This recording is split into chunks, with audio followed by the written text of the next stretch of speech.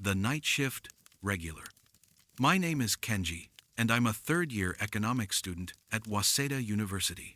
Like most students in Tokyo, I work part-time to cover my living expenses. The konbini night shift pays well enough, and the work is usually quiet, perfect for studying between customers. At least, that's what I thought when I started at the Family Mart in Shibuya last spring. The store sits on a corner between two residential blocks, catching foot traffic from the nearby apartments and late-night workers heading home from the entertainment district.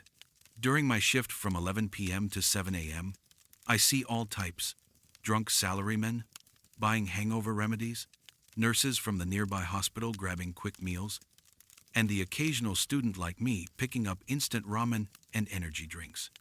But my most regular customer was Tanaka-san, an elderly woman in her 70s who visited every single night at exactly 2:47 a.m. She always wore the same navy cardigan over a simple dress, her silver hair neatly pinned back, and she moved with the careful precision of someone who had learned to navigate the world despite failing eyesight. Tanaka-san never varied her routine. She would enter through the automatic doors, bow politely in my direction, and walk directly to the bento section. She would select the same item every time, a basic chicken teriyaki bento, and bring it to the counter with exact change already counted out in her palm. 430 yen, always in the same combination of coins. "Good evening, Tanaka-san," I would say, using the respectful honorific that felt natural for someone her age. "Good evening, young man," she would reply in a soft, careful voice. "This is for my grandson. He's in the hospital, you see. The night shift is difficult, and he needs proper nutrition." I never questioned why she came so late, or why she bought only one meal. Perhaps her grandson worked the graveyard shift at the hospital, and this was the only time she could visit. Many elderly people in Tokyo lived alone and developed precise routines that structured their days. Her dedication to caring for her grandson seemed touching rather than strange. This routine continued without variation for 3 months. Tanaka-san became as reliable as the automatic restocking of the coffee machines or the morning delivery trucks. I even started keeping her preferred bento toward the front of the display case, making sure it stayed properly heated for her nightly visit. The first sign something was wrong came on a rainy Thursday in late June. I was restocking the magazine rack around 2:30 a.m. when I heard the familiar chime of the automatic doors. But when I looked up, no one was there. The doors had opened to empty sidewalk, rain dripping onto the entrance mat. "Sensor malfunction," I muttered, making a mental note to report it to the day manager. But at 2:47 a.m. exactly, the doors chimed again. This time, Tanaka-san entered right on schedule, shaking droplets from her cardigan. "The weather is terrible tonight," she commented, following her usual path to the bento section. "Yes, Tanaka-san. Please be careful on your way home." She completed her purchase as always, counting out exact change with practiced fingers. But as I handed her the receipt, I noticed her hands felt unusually cold. Not just the chill of rain, but a deep coldness that seemed to reach through her skin. "Tanaka-san, are you feeling well? Perhaps you should wait until the rain stops." She looked up at me with eyes that seemed somehow distant. "My grandson is waiting. He depends on me for his meals." The next morning, I mentioned the door malfunction to Yamazaki-san, the day shift manager. He was a practical man in his 40s who had worked at various konbini for over a decade. "The doors opened on their own?" He frowned, checking his maintenance logs. "I'll call the service company. Though I should mention we did have an incident in the back storage room last month. An elderly customer collapsed while using the restroom. Tanaka-san, I think her name was." My stomach tightened. What happened to her? "Heart attack. The paramedics said she had probably been dead for several hours before we found her. Sad case, she was buying food for her grandson in the hospital, apparently." Though the strange thing was, when they contacted her family, they discovered her grandson had died 2 years ago. Leukemia. I felt a chill that had nothing to do with the air conditioning. Are you sure it was the same Tanaka-san? Navy cardigan, silver hair. Always bought the chicken teriyaki bento at unusual hours. Poor woman must have been suffering from dementia. Grief does terrible things to the mind. That night, I waited for 2:47 a.m. with a mixture of dread and disbelief. Surely there was some mistake. Perhaps there were two elderly women with similar names and appearances. The automatic doors chimed at exactly the right time. Tanaka-san entered following her precise routine.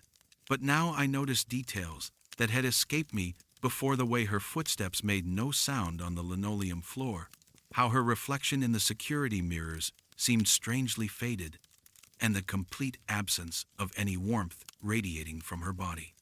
She selected her bento and approached the counter as always. Up close, I could see that her skin had a grayish pallor, and her eyes held no reflection of the fluorescent lights above. "Good evening, young man. This is for my grandson." My hands shook as I scanned the barcode.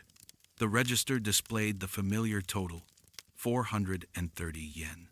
Tanaka-san placed her exact change on the counter, the same combination of coins she had used every night for months.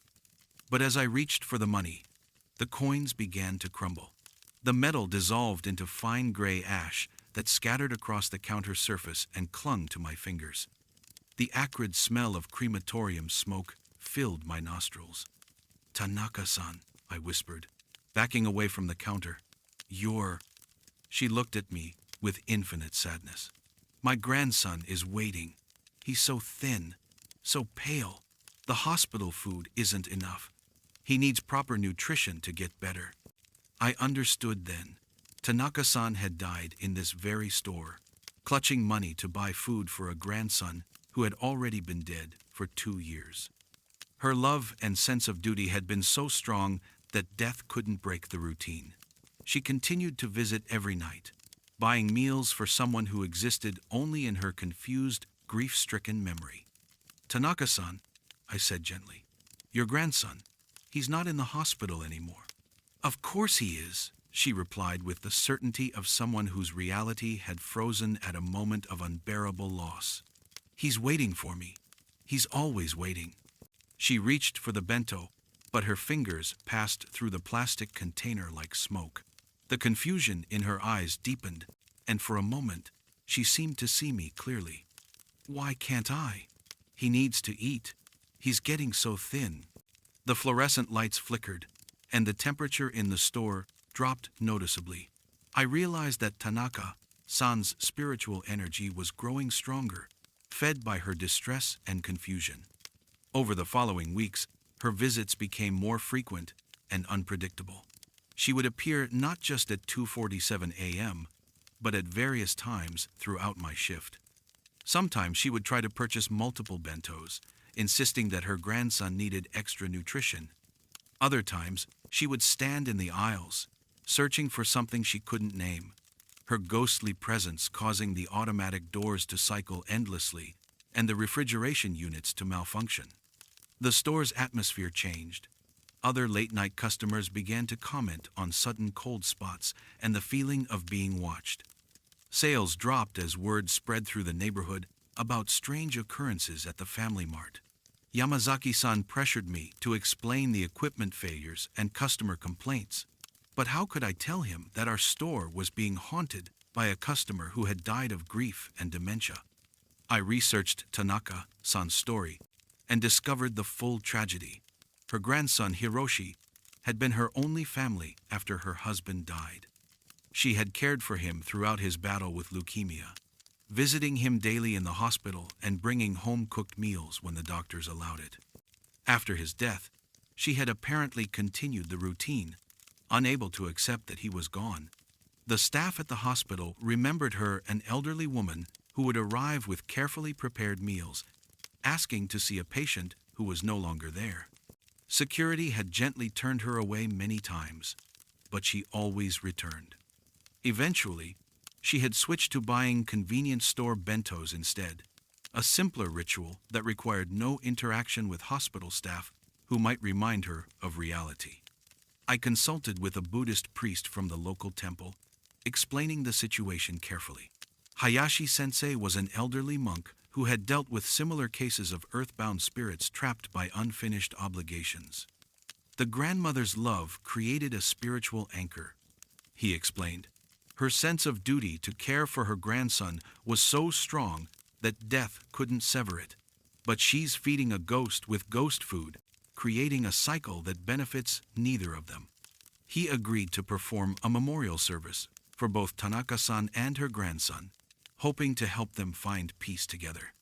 But he warned me that some spirits cling so tightly to their earthly attachments that even religious intervention has limited effect.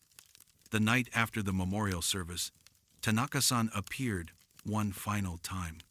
But instead of following her usual routine, she stood motionless in the center of the store, staring at the bento section with profound sadness. "He's not hungry anymore, is he?" she asked without looking at me. "No, Tanaka-san. He's at peace now. You both can rest." She nodded slowly, her form already beginning to fade. I kept him waiting so long. A grandmother should never outlive her grandchild. "Your love kept him company," I said. "That's what grandmothers do." Tanaka-san smiled for the first time since I had known her, and then she was gone. The store returned to normal after that night. The equipment functioned properly, customers stopped complaining about cold spots, and the automatic doors only opened for living people.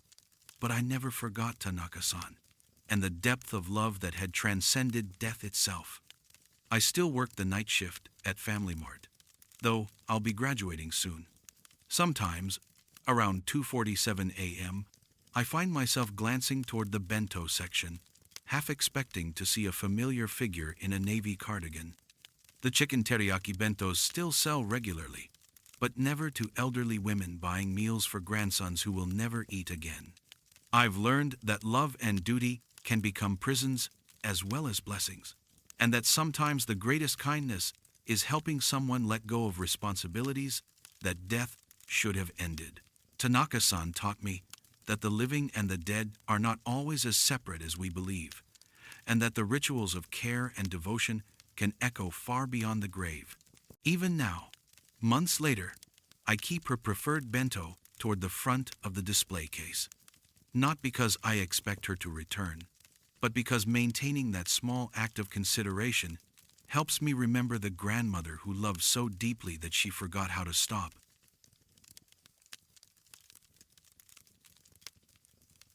The expired receipt. My name is Yamada, and I've been managing convenience stores for 15 years. I've seen everything from shoplifters to natural disasters, but nothing prepared me for what happened at my Family Mart in the Kasumigaseki business district. The store sits between two office towers, catching steady foot traffic from government workers and corporate employees who need quick meals and caffeine to fuel their demanding schedules. When I took over the store in April of 2022, the previous manager warned me about the difficult location, high-stress customers, late-night rushes, and the occasional medical emergency from overworked salarymen. "Keep plenty of energy drinks stocked," he advised. "These people run on caffeine and determination." The store operated smoothly for months. The morning rush brought office workers grabbing coffee and rice balls before 12-hour workdays. The evening crowd consisted of exhausted employees, buying instant dinners and alcohol to help them sleep. Late nights drew the most desperate customers, people working through the night who stumbled in for energy drinks and convenience store meals that would sustain them until dawn. I learned to recognize the regulars, particularly the chronic overtime workers. There was Suzuki-san from the finance ministry, who bought the same combination of Red Bull and Onigiri every night around 10 p.m. Watanabe-san from the nearby accounting firm preferred coffee and yakitori, usually purchasing enough for multiple meals since he often slept at his desk. But the customer I remember most clearly was Takeshi. I never learned his family name. He always paid with exact change and rarely spoke beyond polite greetings. He was a thin man in his early 30s, wearing the standard dark suit and perpetually tired expression of a junior salaryman. His purchases followed a predictable pattern: energy drinks, instant coffee, and whatever heated food items were available. Takeshi's visits became increasingly frequent throughout the summer, first every few days, then nightly, then sometimes twice per shift. His appearance deteriorated, along with his schedule hollow cheeks, bloodshot eyes, and a tremor in his hands that worsened each week. He moved like someone operating on pure willpower, his body clearly struggling to keep pace with the demands placed on it. "Working hard, Takeshi-san?" I would ask during his purchases. "Project deadline," he would reply. The same answer every time. "Just need to get through this week." But the weeks stretched into months, and Takeshi's condition continued to decline. His purchases shifted toward pure stimulants, multiple energy drinks, caffeine pills, anything that could keep him conscious and functioning. Sometimes he would lean against the hot food counter while waiting for his order, his eyes closed, swaying slightly on his feet. The incident happened on a Tuesday night in late September. I was restocking the beverage coolers around 11 p.m. when I heard a commotion near the hot food section. Takeshi had collapsed. His body crumpled against the counter, energy drinks and instant curry scattered across the floor. The paramedics arrived within minutes, but it was too late. Heart failure, they determined. The stress and stimulants had finally overwhelmed his system. His company card indicated he was 29 years old and worked for a mid-sized consulting firm known for its brutal hours and high turnover rate. The investigation revealed that Takeshi had been working over 100 hours per week for 3 months straight, surviving on convenience store food and chemical stimulants. His apartment contained evidence of a completely disrupted life: unopened mail, spoiled food, clothes he hadn't had time to wash. He had literally worked himself to death, one energy drink at a time. After the incident, I implemented additional safety measures: better lighting around the hot food area, a first aid kit near the register, and instructions to call emergency services if customers showed signs of medical distress. The store returned to its normal rhythm, though I couldn't help thinking about Takeshi whenever I saw other overworked customers making similar purchases. The strange events began exactly 1 year later, during my monthly inventory count. I was working alone after closing time, checking stock levels and updating the computer system.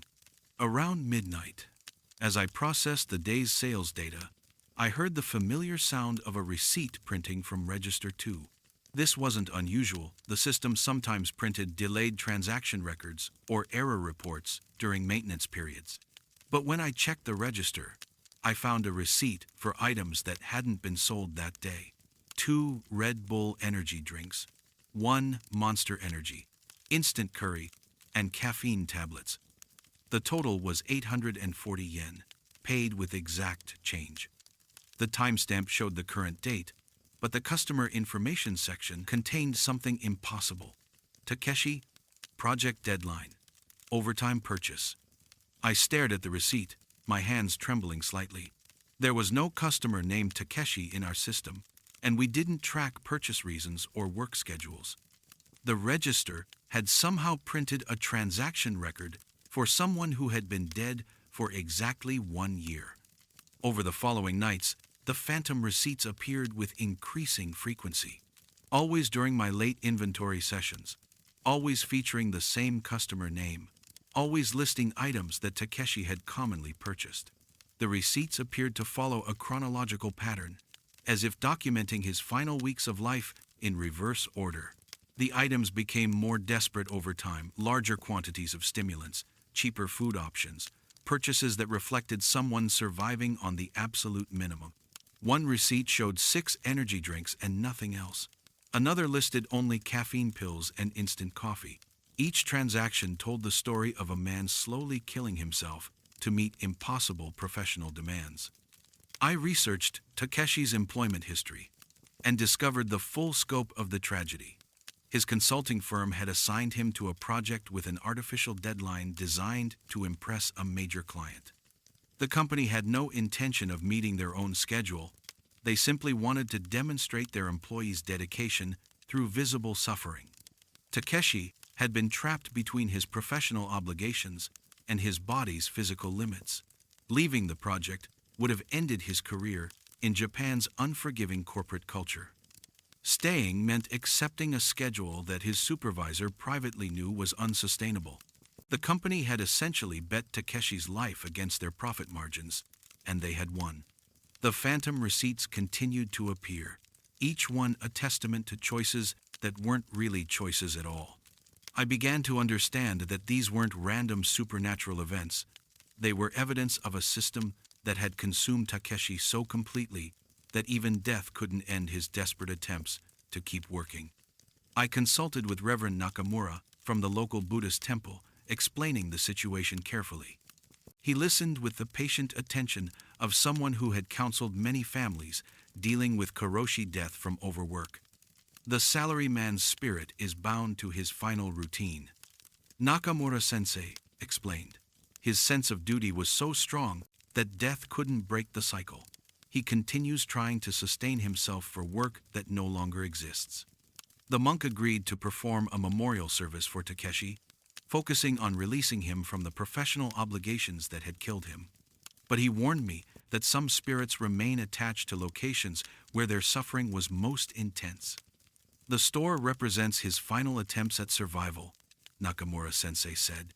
He may continue to seek the fuel that kept him functioning, even though his body no longer needs it. After the memorial service, the phantom receipts changed in character. Instead of documenting desperate survival purchases, they began showing items that Takeshi might have bought for pleasure or comfort. Real food instead of energy supplements, magazines instead of caffeine pills, small luxuries that his work schedule had never allowed. One receipt listed green tea, fresh onigiri, and a manga magazine. Another showed traditional sweets and premium coffee. These phantom purchases seemed to represent the life Takeshi might have lived if his time hadn't belonged entirely to his employer. The receipts still appear occasionally, usually during my late-night inventory sessions, but they no longer feel like desperate documentation of suffering. Instead, they seem like peaceful reminders of what work should enable, rather than prevent, the simple pleasure of choosing what to buy and when to rest. I've kept every phantom receipt in a folder near my desk, not as evidence of supernatural activity, but as a memorial to someone whose death should have been preventable. Each receipt represents a choice that Takeshi should have been free to make, to prioritize his health over his employer's expectations, to seek help instead of more stimulants, to value his life more than his company's approval. The store continues to serve overworked customers who make purchases similar to Takeshi's desperate final transactions. When I see someone buying multiple energy drinks at midnight or choosing caffeine pills over real food, I think about the phantom receipts and the man who worked himself to death, one convenience store meal at a time. Sometimes I find the courage to ask these customers if they're taking care of themselves, if they have anyone checking on their well-being. Most brush off my concern with the same phrase Takeshi used, "Just need to get through this week." But occasionally, someone pauses and actually considers the question. They might buy real food instead of supplements, or decide to go home instead of returning to the office. These small victories feel like the best memorial I can offer, helping living people make choices that Takeshi never felt he had. The phantom receipts taught me that convenience stores in business districts aren't just retail locations. They're life support systems for a culture that pushes people beyond human limits.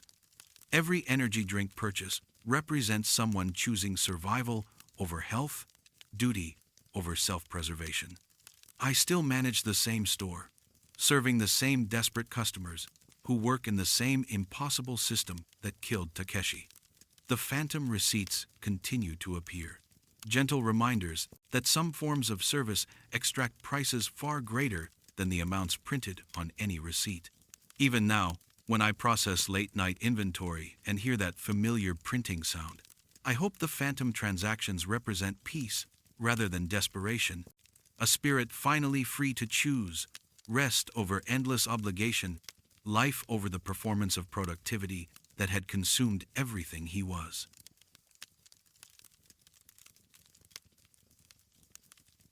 The broken freezer door. My name is May, and I'm a second-year literature student at Sophia University in Tokyo. Like most students, I work part-time to help cover my expenses. The job at 7-Eleven seemed perfect, close to campus, flexible hours that worked around my class schedule, and decent pay for what appeared to be simple retail work. The store sits in a quiet residential area near the university, serving a mix of students, local families, and office workers from the nearby business district. The manager, Kobayashi-san, was a patient woman in her 40s who understood the challenges students faced balancing work and studies. She assigned me mostly evening and weekend shifts, which allowed me to attend my morning classes. During my training, Kobayashi-san mentioned the store's history with unusual incidents. "We've had some problems with the freezer units," she explained, showing me the proper closing procedures. "Sometimes the doors don't seal properly, especially the ice cream freezer. Always double-check the locks before leaving." This seemed like a minor maintenance issue rather than anything concerning. The store was only 3 years old, and equipment problems were common in new commercial buildings. I made careful notes about checking all refrigeration units during my closing routine. For the first few weeks, everything went smoothly. I learned to handle the evening rush of students buying dinner and study snacks, restocked shelves during quiet periods, and mastered the various systems and procedures. The work was repetitive, but not difficult, and I enjoyed the independence of managing the store during slower hours. The first sign of trouble appeared on a Thursday evening in late October. I had completed my closing checklist, carefully checking each freezer door to ensure proper sealing. The ice cream freezer, in particular, required a firm push to engage the magnetic lock mechanism. I distinctly remembered testing the handle twice to confirm it was secure. When I arrived for my Friday afternoon shift, Kobayashi-san pulled me aside with a concerned expression. "The ice cream freezer was open this morning," she said. "The overnight temperature logs show it's been warming since around 2 a.m. Did you check the door last night?" I assured her that I had followed proper procedures, but she seemed skeptical. Equipment failure was expensive, and employee error was a more convenient explanation. "Please be extra careful tonight. The ice cream inventory is valuable, and we can't afford to lose product to temperature fluctuations." That evening, I paid special attention to the freezer during my closing routine. I pushed the door firmly until I heard the magnetic lock engage, then tested the handle multiple times. The seal appeared perfect, and the temperature display showed normal readings. But the next morning brought the same problem. Kobayashi-san was clearly frustrated, and I could see doubt in her expression despite my insistence that I had properly secured the freezer. She called a repair technician to examine the locking mechanism, but he found no mechanical problems. "The door functions normally," the technician reported. "The magnetic seal is strong, and the locking mechanism engages properly. If it's opening overnight, something is triggering the release from inside." This explanation made no sense. The freezer had no internal release mechanism, and security footage showed no one entering the store after closing. Yet every morning brought the same result: an open freezer door and temperature logs indicating it had been open since approximately 2 a.m. More disturbing was the inventory pattern. Despite the open door, most ice cream products remained at proper temperature due to the freezer's thermal mass. But one specific item was consistently missing: a single container of Häagen-Dazs vanilla ice cream, always taken from the same position in the display. "Shoplifting," Kobayashi-san suggested, but this seemed unlikely. A thief would take multiple high-value items, not a single container of ice cream every few days. And how would they enter a locked store without triggering the security system? I volunteered to review the overnight security footage, hoping to identify the cause of the problem. The cameras covered all customer areas, including a clear view of the freezer section. Watching hours of empty store footage was tedious, but I needed to understand what was happening. The footage from the first incident showed nothing unusual until exactly 2:07 a.m. At that moment, the ice cream freezer door simply opened by itself. No one was visible in the frame, no mechanical failure was apparent, and no vibration or external force could explain the sudden movement. More unsettling was what happened next. The camera clearly showed a single container of Haagen-Dazs vanilla rising from its position in the display, floating through the air for several seconds, then disappearing completely. The door remained open until morning, but nothing else was disturbed. I watched this sequence multiple times, checking for technical glitches or video editing, but the footage appeared genuine, and the timestamp matched the temperature logs exactly. Something was taking ice cream from our freezer, something that didn't show up on security cameras. I researched the store's location and discovered a tragedy that had occurred just before the building's construction. A 17-year-old high school student named Yuki had died by suicide behind the convenience store that previously occupied this site. According to news reports, she had been found early in the morning, still clutching a half-eaten container of vanilla ice cream. The articles painted a familiar picture of academic pressure and social isolation. Yuki had been struggling with university entrance exams while dealing with bullying at school and family expectations she felt unable to meet. Friends described her as someone who tried to maintain a cheerful facade while privately battling depression and anxiety. The detail about the ice cream stayed with me. In her final moments, Yuki had apparently tried to find some small comfort in a simple pleasure vanilla ice cream eaten alone behind a convenience store. The image was heartbreaking in its ordinariness. A teenager seeking sweetness in a world that had become unbearably bitter. I began to understand that our freezer wasn't malfunctioning. It was being visited by someone who had died before she could finish her last meal. Yuki's spirit seemed bound to this location, forever trying to complete the simple act of eating ice cream that had been interrupted by her death. I consulted with my grandmother, who had always been sensitive to spiritual matters.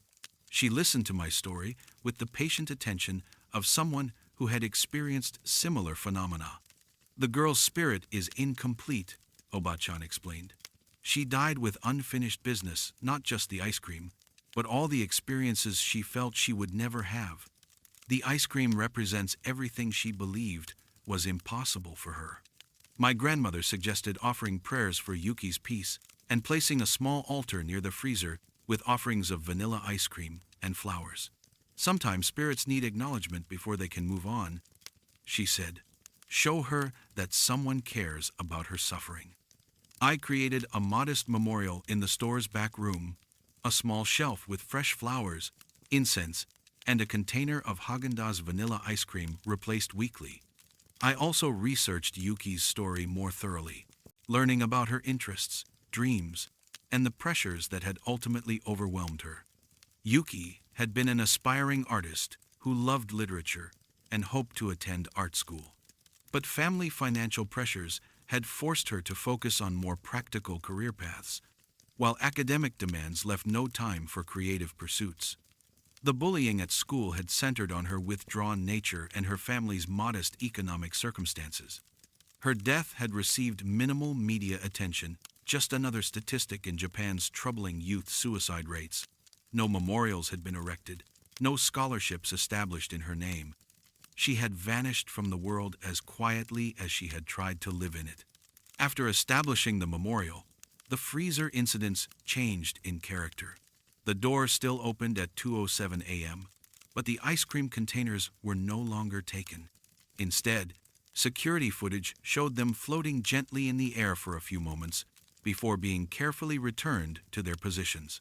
It seemed as though Yuki's spirit was acknowledging the offering while no longer feeling the desperate need to take what had been interrupted in life. The freezer door continued to open, but it began closing automatically after a few minutes, as if she was learning to complete the actions that death had left unfinished. I started staying late occasionally, hoping to sense Yuki's presence more directly. During these quiet vigils, I would feel sudden temperature drops near the freezer and sometimes caught glimpses of movement in my peripheral vision, a teenage girl in a school uniform reaching for something just out of sight. One evening, I gathered the courage to speak aloud to the empty store. "Yuki-chan," I said softly, "I know about what happened to you. I'm sorry no one was there to help when you needed it. I hope you can find peace now." The temperature in the store dropped noticeably, and the freezer door opened slowly, almost gently. For a moment, I thought I saw a young girl standing in front of the ice cream display, but she seemed translucent, as if she existed only partially in our world. She looked at me with eyes full of sadness and gratitude, then bowed politely in the formal manner of a Japanese student. When she straightened, she was holding a container of vanilla ice cream, but instead of taking it, she placed it carefully back in the display. "Arigatou gozaimashita," I heard whispered in a voice like wind through autumn leaves. "Thank you very much." After that night, the freezer incident stopped completely. The door remained properly sealed, the temperature logs showed no anomalies, and our ice cream inventory stayed intact. But I continued maintaining the small memorial, replacing the flowers weekly and ensuring fresh offerings of vanilla ice cream. I learned more about Yuki's life through old school records and interviews with her former teachers. She had been a gifted artist whose drawings showed remarkable sensitivity and imagination. Her literature essays demonstrated deep emotional intelligence and empathy for others' suffering. The tragedy was that someone with such capacity for beauty and understanding had felt so worthless that death seemed preferable to continuing her life. The ice cream she had been eating represented a momentary attempt to treat herself with kindness, something she had apparently never learned to do consistently. I finished my part-time work at the convenience store when I graduated, but I still visit occasionally to maintain Yuki's memorial. The current staff doesn't know about the supernatural incidents, but they've been told that the memorial is for a former customer who died young. Sometimes other students working at the store mention feeling watched during late shifts, or finding small offerings left near the memorial flowers, drawings, or containers of vanilla ice cream placed by people who somehow learned about Yuki's story. I've come to understand that the freezer door was never really broken. It was being opened by someone trying to finish something that death had left incomplete. Yuki's spirit wasn't malicious or threatening, just desperately sad and seeking the simple pleasure that had been interrupted in her final moments. Her story continues to haunt me, not because of supernatural phenomena, but because of how easily her suffering could have been prevented. A little more support, a little less pressure, someone willing to listen, any of these might have changed her trajectory completely. Every time I see struggling students, I think about Yuki and wonder what small kindnesses might make the difference between despair and hope. The broken freezer door taught me that sometimes the most important things we can offer are the simplest acknowledgement, compassion, and the recognition that everyone deserves sweetness in their life. Even now, years later, I can't eat vanilla ice cream without thinking about a lonely teenager who died before she could finish her last simple pleasure. Her memory reminds me to pay attention to people who seem to be disappearing from the world, to offer connection to those who feel invisible, and to remember that behind every tragedy is a person who just needed someone to care.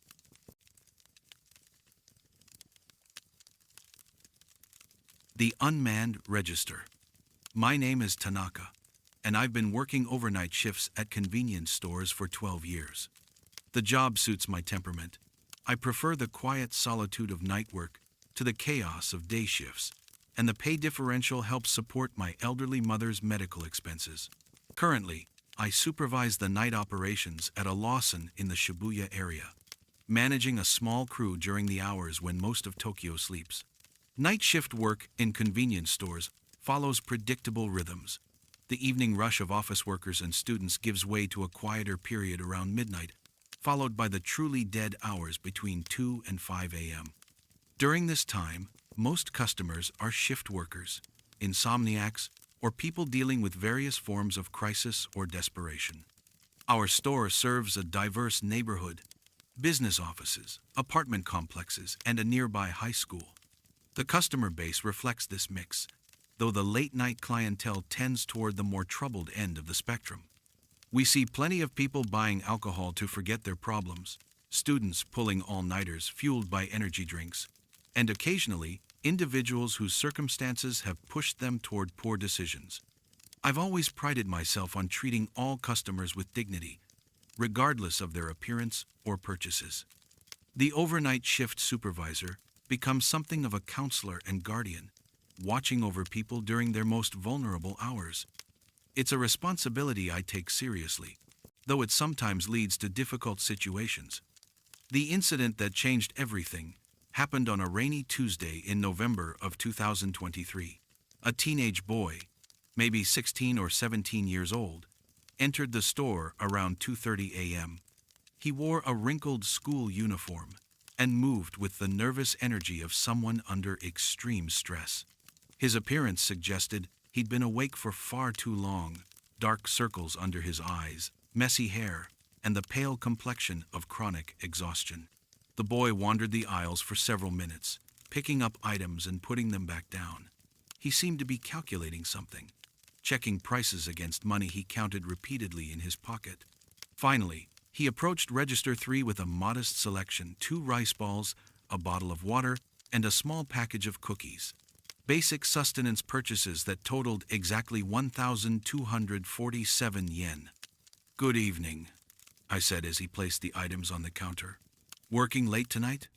He nodded nervously, avoiding eye contact. "School project?" he mumbled, though something in his manner suggested this wasn't entirely true. As I scanned his items, I noticed his hands shaking slightly. When the total appeared on the display, he reached into his pocket and froze. His face went pale, and he patted his other pockets with increasing desperation. "I'm sorry," he said quietly. "I thought I had enough money. I must have miscounted." I looked at the frightened teenager and made a decision that seemed charitable at the time. "Don't worry about it. Consider it on the house.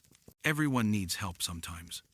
But instead of relief, my offer seemed to increase his distress. "No, I can't," he said firmly. "I have to pay. I always pay for what I take." He backed away from the counter, still clutching the unpaid items. "I'll come back tomorrow with the money, I promise." Before I could respond, he ran from the store, taking the food with him. I considered pursuing him but decided against it. 1,000 yen loss wasn't worth chasing a desperate kid through the rain. I made a note in the incident log and assumed he would either return to pay or I'd never see him again. The next morning, my day shift replacement mentioned a traffic accident that had occurred near the store. A teenage pedestrian had been struck by a taxi around 3 a.m., apparently running across the street without looking. The boy had died instantly, and police found convenience store items scattered around the accident scene. I felt a sick certainty that this was the same kid who had taken food from our store. The timing, location, and circumstances all aligned perfectly. He had stolen rice balls and cookies, then died while fleeing the scene, carrying his guilt along with the unpaid items. This tragic irony stayed with me for weeks. A boy so desperate for food that he risked theft, yet so concerned with honor that he couldn't accept charity. His death seemed to represent everything wrong with a society that could drive teenagers to such desperation while offering them no acceptable way to ask for help. But the story didn't end with the accident. 3 weeks later, during my usual overnight shift, I encountered something that challenged my understanding of both death and redemption. It was a quiet Thursday morning around 3 a.m. when I heard the familiar electronic beeping of Register 3 processing a transaction. This wasn't unusual. The register sometimes made noise during system updates or when processing delayed credit card authorizations. But when I looked up from my inventory checklist, no one was at the counter.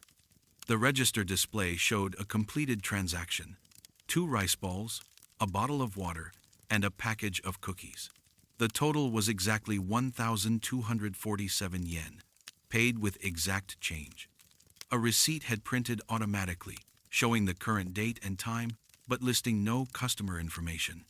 I stared at the receipt, recognizing the exact items the teenage boy had taken 3 weeks earlier. The amounts, quantities, and total were identical to his unpaid purchase. But the register showed no record of opening the cash drawer, and no money had been added to the till. I checked the security footage for that time period, but the cameras showed only empty aisles and an unmanned register, somehow processing a phantom transaction. The receipt was real. I could hold it in my hands, but the sale it documented had involved no physical customer or payment.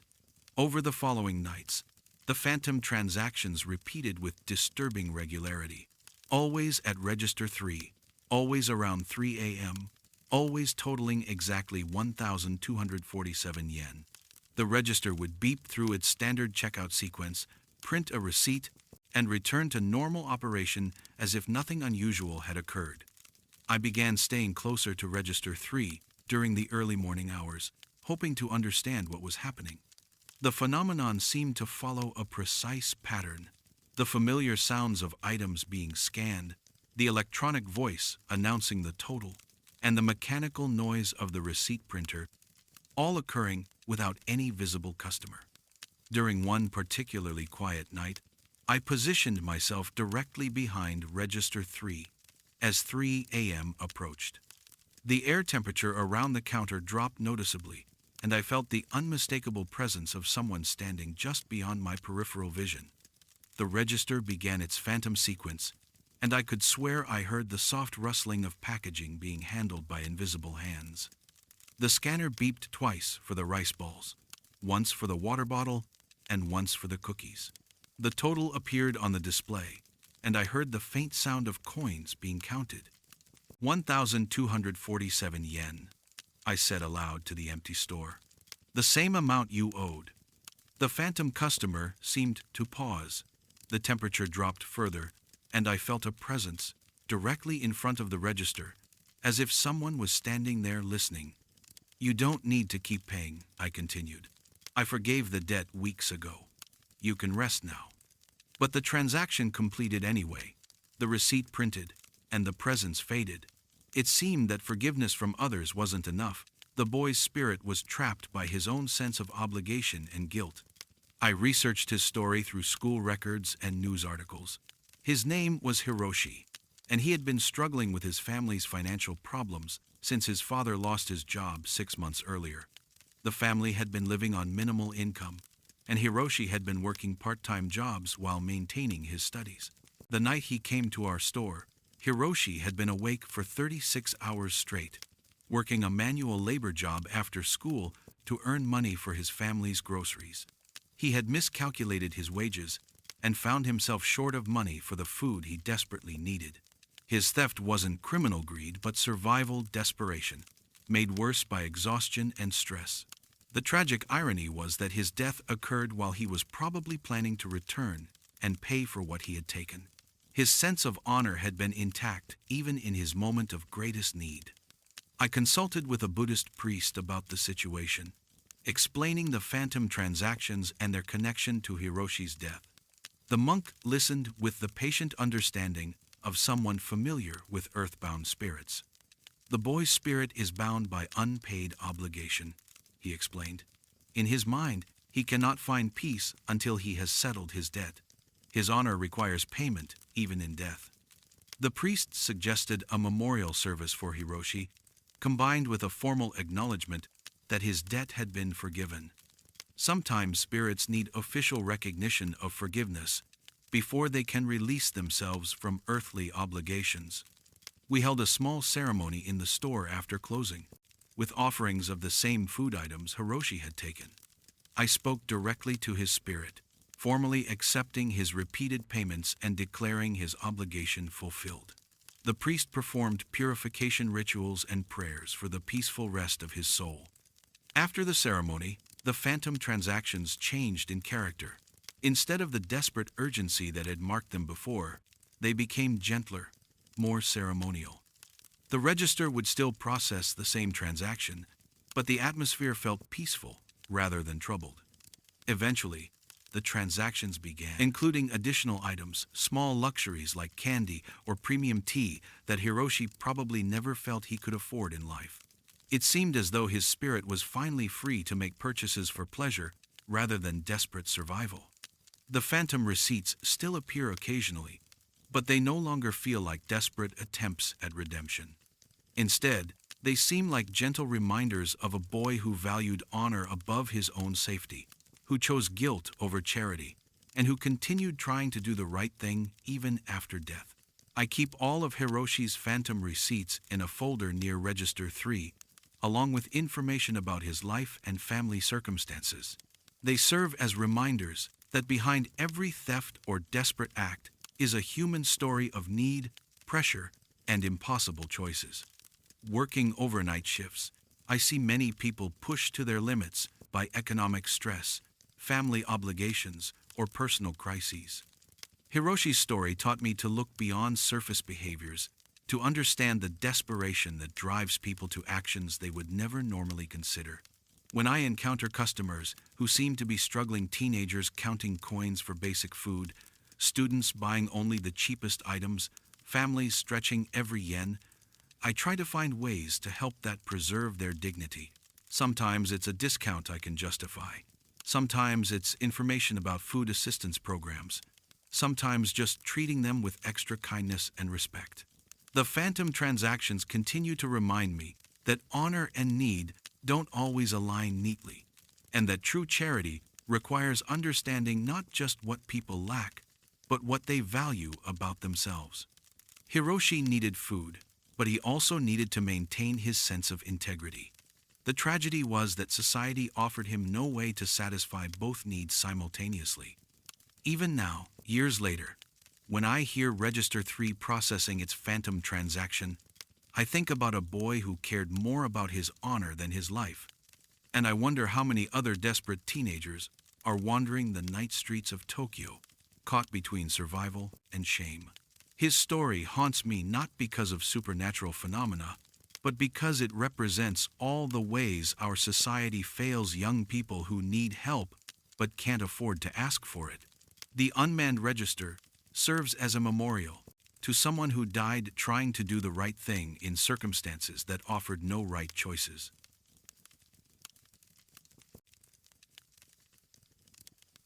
The Onigiri that wouldn't sell. My name is Hiroshi, and I'm 23 years old, helping my father manage his Family Mart franchise in a quiet residential district of eastern Tokyo. The store sits between a cluster of aging Danchi public housing complexes and newer apartment buildings, serving a mix of elderly residents, young families, and the occasional university student. My father, Yamamoto-san, has owned this location for 8 years. He's a practical man who understands that convenience stores in residential areas function as more than retail outlets. They become community gathering points, especially for elderly residents who might otherwise have limited social interaction. Our store has a small seating area with 4 plastic tables, originally intended for customers eating hot food purchases. But over the years, it evolved into something more like a neighborhood common room. Elderly customers would buy tea or coffee and sit for 30 minutes, reading newspapers or simply watching the flow of daily life through our windows. My father encouraged this informal community use, even though it didn't directly generate revenue. Lonely people need somewhere to exist, he would say. If our store can provide that, we're serving our neighborhood properly. I began helping regularly at the store last spring, after graduating from a business program at a local college. The plan was for me to eventually take over operations, though I wasn't entirely convinced that running a convenience store was my preferred career path. The work proved more complex than I had expected. Managing inventory, customer service, and vendor relationships required constant attention. But the most challenging aspect was understanding the human dynamics, recognizing regular customers, accommodating their particular needs, and maintaining the delicate social ecosystem that had developed around our store. Among our regular customers was an elderly woman we knew only as Oba-san. She appeared to be in her 70s, always neatly dressed despite obviously limited means. Her daily routine involved purchasing a single tuna mayo onigiri around 4 p.m., then sitting at the corner table for exactly 1 hour while eating it very slowly. Oba-san never caused problems or made excessive demands. She would bow politely to my father and me, make her purchase with exact change, and settle quietly at her preferred table. Sometimes she brought a newspaper or magazine, but often she simply sat and observed the store's activity. She lives alone in Building C of the Danchi complex. My father explained when I asked about her. Widow, no children nearby. The onigiri and sitting time might be her primary social interaction each day. This observation made me pay closer attention to Oba-san's behavior. She seemed to time her visits to coincide with our busier periods after school dismissal, when students stopped by, or early evening when office workers picked up dinner items. She rarely spoke to other customers, but I noticed her listening carefully to conversations and watching families with quiet attention. Her onigiri consumption was ritualistic in its precision. She would unwrap it slowly, eat exactly one small bite every few minutes, and make the single rice ball last her entire hour-long stay. The meal seemed less about nutrition than about having a legitimate reason to occupy space in a social environment.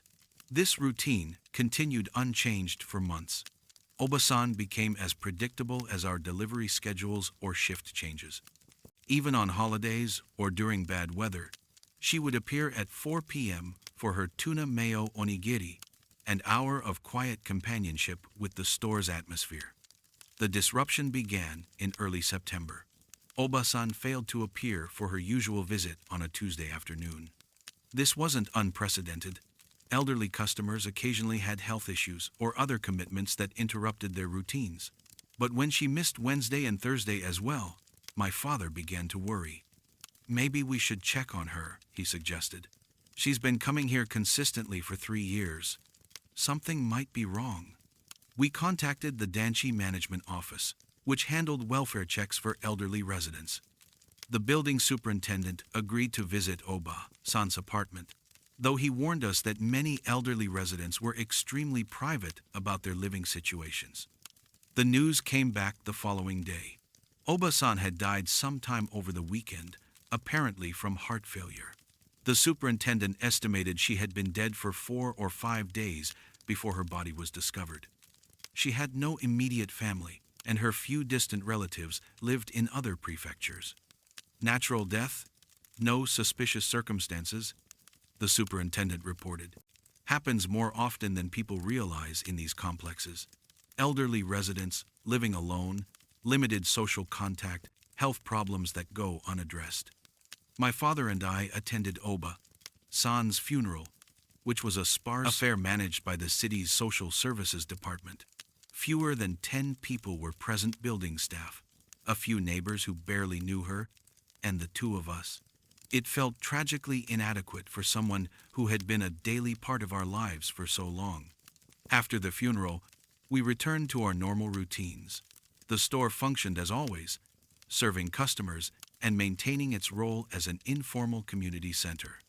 But I found myself looking toward Oba-san's corner table during the late afternoon hours, feeling her absence as a tangible loss.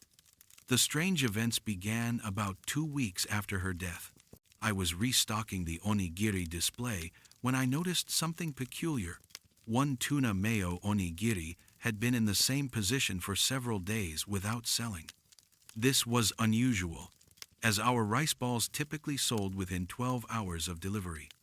I checked the production dates and discovered that while other onigiri varieties were selling normally, tuna mayo rice balls from that specific display position weren't moving at all. Customers would reach for them, hesitate, then select different flavors or items from other positions. Over the following days, I conducted an informal experiment. Each morning, I would place a fresh tuna mayo onigiri in Oba-san's traditional spot in the display. By evening, rice balls from every other position would have sold. but that particular onigiri would remain untouched. Customers' behavior around that item was subtly strange. They would approach the display with clear intention to buy tuna mayo onigiri, reach toward the specific position, then suddenly change their minds. Some would look confused, as if they had forgotten what they wanted. Others would comment that they weren't hungry after all. Maybe the lighting makes that spot less visible, my father suggested when I mentioned the pattern. But changing the display lighting had no effect. The tuna mayo onigiri in that position continued to resist all purchase attempts. More unsettling was what happened during the late afternoon hours. Around 4 p.m. each day, I would notice the temperature near the seating area dropping noticeably. Customers who had been sitting at other tables would suddenly feel uncomfortable and leave, often mentioning that they felt watched or unwelcome. But the corner table where Obasan used to sit seemed to remain occupied in some way. I would catch glimpses of movement in my peripheral vision, as if someone was sitting there unwrapping an onigiri with familiar, deliberate motions. One particularly quiet afternoon, I positioned myself to observe the seating area directly during the 4 p.m. time period. The corner table appeared empty, but I could see the plastic chair moving slightly, as if supporting weight. The temperature around that table was noticeably colder than the rest of the store. Most disturbing was the sound, the faint rustling of packaging being opened, followed by the almost inaudible sounds of someone eating very slowly and carefully. The phantom meal lasted exactly 1 hour, just as Oba-san's visits had in life. I began to understand that the unsold onigiri wasn't failing to sell due to customer preference or display problems. It was being reserved for someone who could no longer consume it, but continued to visit our store for her daily meal and hour of social connection. Oba-san's spirit seemed bound to the routine that had given structure and meaning to her final years. Death had not ended her need for companionship, or her attachment to the small rituals that had made her feel less alone in the world. I consulted with my father about the situation, describing the unsold onigiri and the phantom presence at the corner table. He listened with the serious attention of someone who had grown up with traditional beliefs about spirits and ancestral obligations. Obasan had nowhere else to go, he said after considering the evidence. Our store was her primary source of human connection. Her spirit returns because she doesn't understand that death has ended her need for daily sustenance. We decided to formally acknowledge Oba-san's continued presence rather than trying to eliminate it. My father purchased a small Buddhist altar, which we placed discreetly in the back office. Each day, we would offer a fresh tuna mayo onigiri, along with incense and prayers for her peaceful rest. The phantom visits continued, but they took on a gentler character. The temperature drops became less dramatic, and other customers no longer felt uncomfortable in the seating area. The corner table still seemed occupied during the late afternoon hours, but the presence felt companionable rather than disturbing. The reserved onigiri pattern persisted as well, but I began to see it differently. Instead of a business problem, it became a daily memorial to someone who had found meaning in the simplest human routine, buying food and eating it in the company of others, even strangers. I started paying closer attention to our other elderly customers, recognizing how many of them used our store as their primary social outlet. The convenience store had evolved into something between retail business and community center, providing not just goods, but also human contact for people who might otherwise spend entire days without speaking to anyone. Oba-san's story made me realize that loneliness in urban Japan had reached epidemic proportions, especially among elderly residents whose families had scattered or whose social networks had gradually disappeared. Our store served customers who needed more than products. They needed proof that they still existed in other people's awareness. The unsold onigiri became a daily reminder of this responsibility. Each morning when I placed the reserved tuna mayo rice ball in its specific position, I thought about Oba-san and all the other customers who depended on our store for more than convenience shopping. Eventually, I stopped seeing the phantom presence as supernatural and started understanding it as deeply human, a spirit so attached to routine and community connection that death couldn't sever those bonds. Obasan continued visiting because our store had been the closest thing to family she had found in her final years. My father and I made subtle changes to encourage more social interaction among our elderly customers. We added a few more chairs, provided free newspapers, and began serving higher quality tea and coffee. The seating area became increasingly popular as an informal gathering place for neighbors who might otherwise remain isolated in their apartments. The memorial onigiri still appears each day, set aside for a customer who can no longer eat but continues to visit. Other customers have begun to notice the pattern and ask about the reserved rice bowl. When we explain that it's meant for Obasan, many nod with understanding. They remember her quiet presence and appreciate that her memory is being honored. I've come to see the store differently since Oba-san's death. It's not just a retail business, but a vital social institution that serves community needs far beyond commerce. The elderly customers who spend time in our seating area aren't loitering. They're maintaining their connection to society and finding human companionship in an increasingly isolated urban environment. The onigiri that wouldn't sell taught me that some hungers can't be satisfied by food alone, and that true customer service sometimes means providing dignity and social connection along with daily necessities. Oba-san's spirit continues to visit because we offered her something she couldn't find anywhere else, a place where her presence mattered and her routine was welcomed. Even now, months later, I reserve the tuna mayo onigiri each morning and notice the gentle presence that settles at the corner table each afternoon. It's become part of our store's character, a reminder that commerce and compassion aren't mutually exclusive, and that sometimes the most important service we provide is simply allowing people to exist in community with others.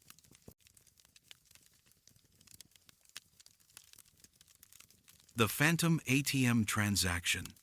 My name is Yuki, and I'm a second-year sociology student at Meiji University in Tokyo. Like most students, I work part-time to help cover my living expenses and tuition costs. My evening shift at the Family Mart near Shinjuku Station seemed like perfect timing. I could attend morning classes and work during the busy after-work hours, when tips and commission opportunities were better. The store sits in a prime location between the station and several office buildings, catching heavy foot traffic from salarymen and office workers heading home. We stay busy from around 5 p.m. until late evening, serving customers who need quick dinners, alcohol to unwind, or access to our various services like the ATM and copy machines. Our ATM gets particularly heavy use during evening hours as workers stop to withdraw cash for dinner, entertainment, or pachinko parlors. The machine is positioned near the front entrance, visible through the windows, and easily accessible for customers who might not need to enter the store itself. I'd been working at the store for about 3 months when I first noticed something strange about the ATM's transaction patterns. Every Tuesday evening at exactly 6:15 p.m., the machine would process a withdrawal for 30,000 yen. This wasn't unusual by itself. Many customers made regular weekly withdrawals for entertainment or household expenses. But what made this particular transaction stand out was its perfect consistency. Same day, same time, same amount, every single week, without variation. Most people's banking patterns show some irregularity, different amounts, slightly different times, occasional missed weeks. This withdrawal was mechanically precise. More puzzling was what I observed when I paid closer attention to the ATM during Tuesday evening hours. At 6:15 p.m. exactly, I would hear the familiar sounds of the machine processing a transaction card insertion, PIN entry beeping, cash counting mechanisms, and the receipt printer. But when I looked directly at the ATM, no customer was present. The first few times this happened, I assumed someone had just completed their transaction and walked away quickly. But when I started watching more carefully, I realized the timing was impossible. the transaction sounds would occur with no visible customer, and the machine would show its normal standby screen as if nothing had happened. Concerned about potential technical malfunctions or security issues, I reported the anomaly to our store manager, Watanabe-san. He was a practical man in his 50s who took equipment problems seriously, especially those involving financial transactions. "The ATM is processing phantom transactions?" he asked, reviewing the weekly service logs. "That's a serious issue. If the machine is malfunctioning, we could be liable for customer account errors." He contacted the bank's technical support division, which sent a technician to examine the ATM's hardware and software systems. After a thorough diagnostic check, the technician reported that all systems were functioning normally. "The machine shows no errors, no mechanical problems, and no software glitches," he explained. "The transaction logs are clean, and the cash inventory matches perfectly. If phantom transactions were occurring, there would be discrepancies in the cash count." But the weekly 30,000 yen withdrawal continued to happen like clockwork. Every Tuesday at 6:15 p.m., I would hear the unmistakable sounds of ATM operation without any visible customer. The phenomenon became so predictable that I started timing other tasks around it. Curious about the source of these phantom transactions, I requested access to the bank's customer transaction records for that specific time slot. After some bureaucratic negotiations and privacy waivers, the bank provided limited information about the recurring withdrawal. The transactions were linked to an account belonging to Suzuki Kenji, a 42-year-old salaryman who worked for a mid-sized trading company. According to the records, he had been making weekly 30,000 yen withdrawals at our ATM for over 2 years, always on Tuesday evenings. But when I cross-referenced this information with our store's customer database, I discovered something impossible. Suzuki-san had died 6 months ago from a heart attack that occurred at our ATM. He had collapsed while making a withdrawal on a Tuesday evening, and paramedics had been unable to revive him. I retrieved the incident report from our store files. On March 15th of the previous year, Suzuki Kenji had suffered cardiac arrest while using our ATM around 6 p.m. Security footage showed him inserting his card, entering his PIN, then suddenly clutching his chest and collapsing. He died before emergency services arrived.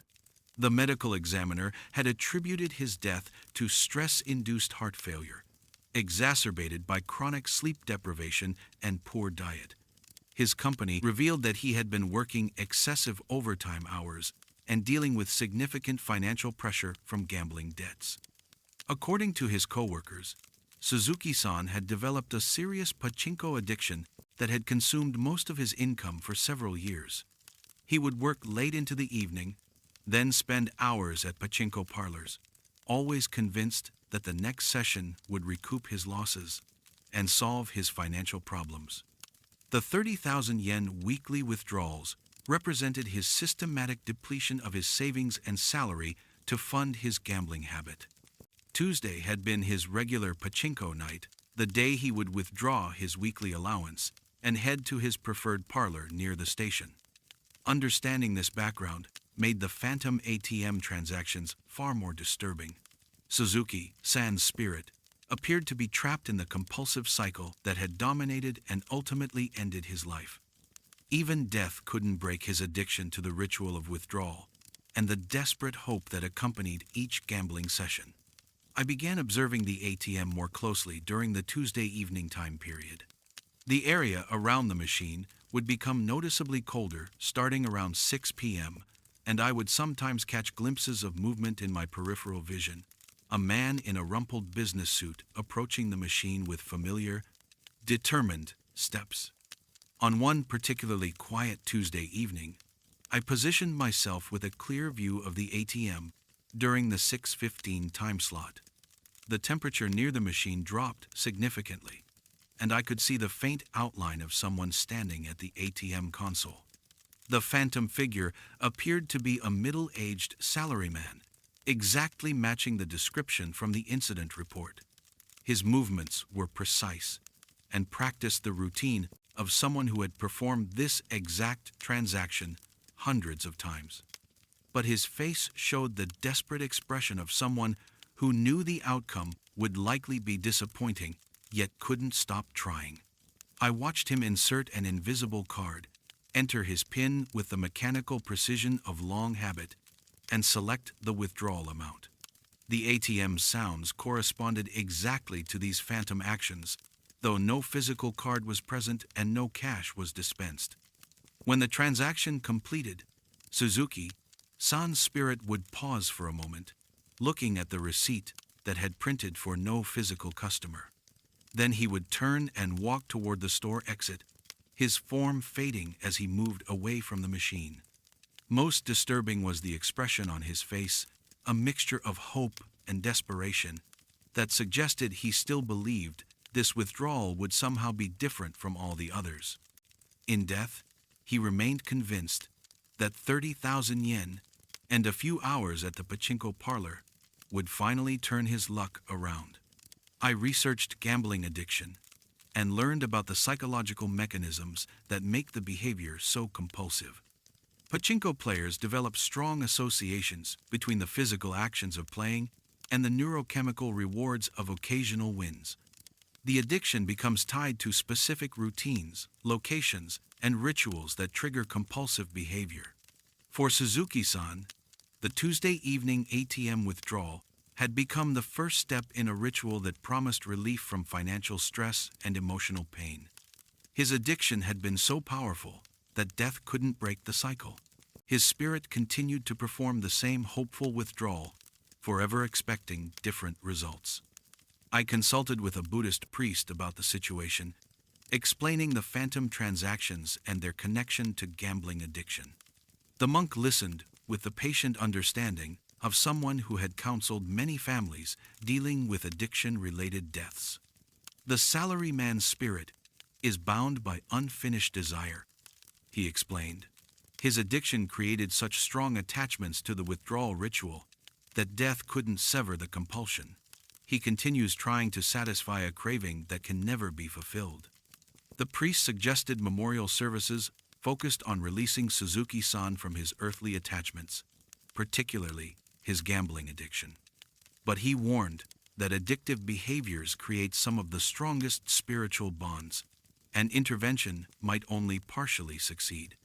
We held a small ceremony at the store after closing hours, with offerings and prayers specifically addressing Suzuki-san's spiritual suffering. I spoke directly to his spirit, acknowledging his financial desperation and the hope that had driven his gambling behavior, while encouraging him to find peace beyond the cycle of loss and desperate hope. After the memorial service, the phantom transactions changed in character. Instead of the mechanical desperation that had marked them before, they became more hesitant and reflective. Suzuki-san's spirit seemed to be questioning the ritual rather than simply repeating it. The withdrawals continued to occur on schedule, but I began noticing additional behavior around the ATM. Sometimes Suzuki-san's spirit would approach the machine, then pause and turn away without completing the transaction. Other times, he would stand motionless at the console for several minutes, as if struggling with the decision to withdraw money.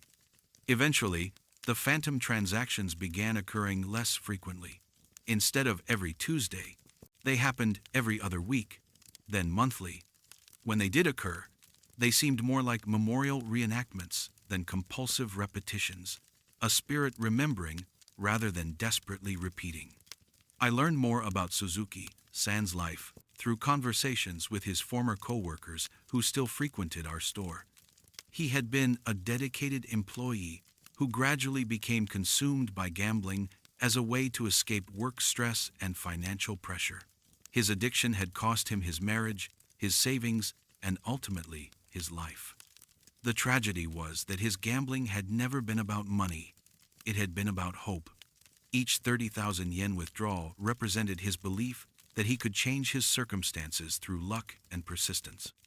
The pachinko parlor had offered him a few hours of possibility in a life that otherwise felt completely determined by obligation and debt. His phantom transactions served as a reminder of how addiction can trap people in cycles of hope and disappointment that become stronger than rational decision-making. Even death couldn't break the pattern of behavior that had promised relief but delivered only deeper desperation. The ATM still processes occasional phantom transactions on Tuesday evenings, but they feel different now, more like remembrance than compulsion. Suzuki. San's spirit seems to be gradually releasing himself from the addictive cycle that had bound him to the machine and the ritual of weekly withdrawals.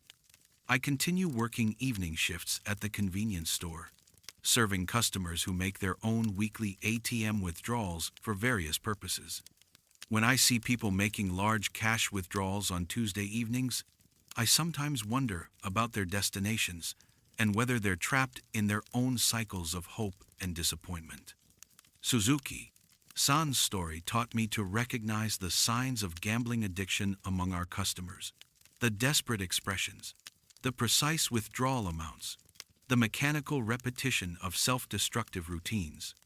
His phantom presence serves as a warning about how addictive behaviors can persist even beyond the grave. The 30,000 yen withdrawals remind me that behind every addiction is someone seeking relief from pain they don't know how to address directly. Suzuki-san had been trying to withdraw hope along with his money, believing that the next session would somehow be different from all the previous ones. His spirit continues to visit our ATM occasionally, but the desperate compulsion has been replaced by something closer to peaceful remembrance.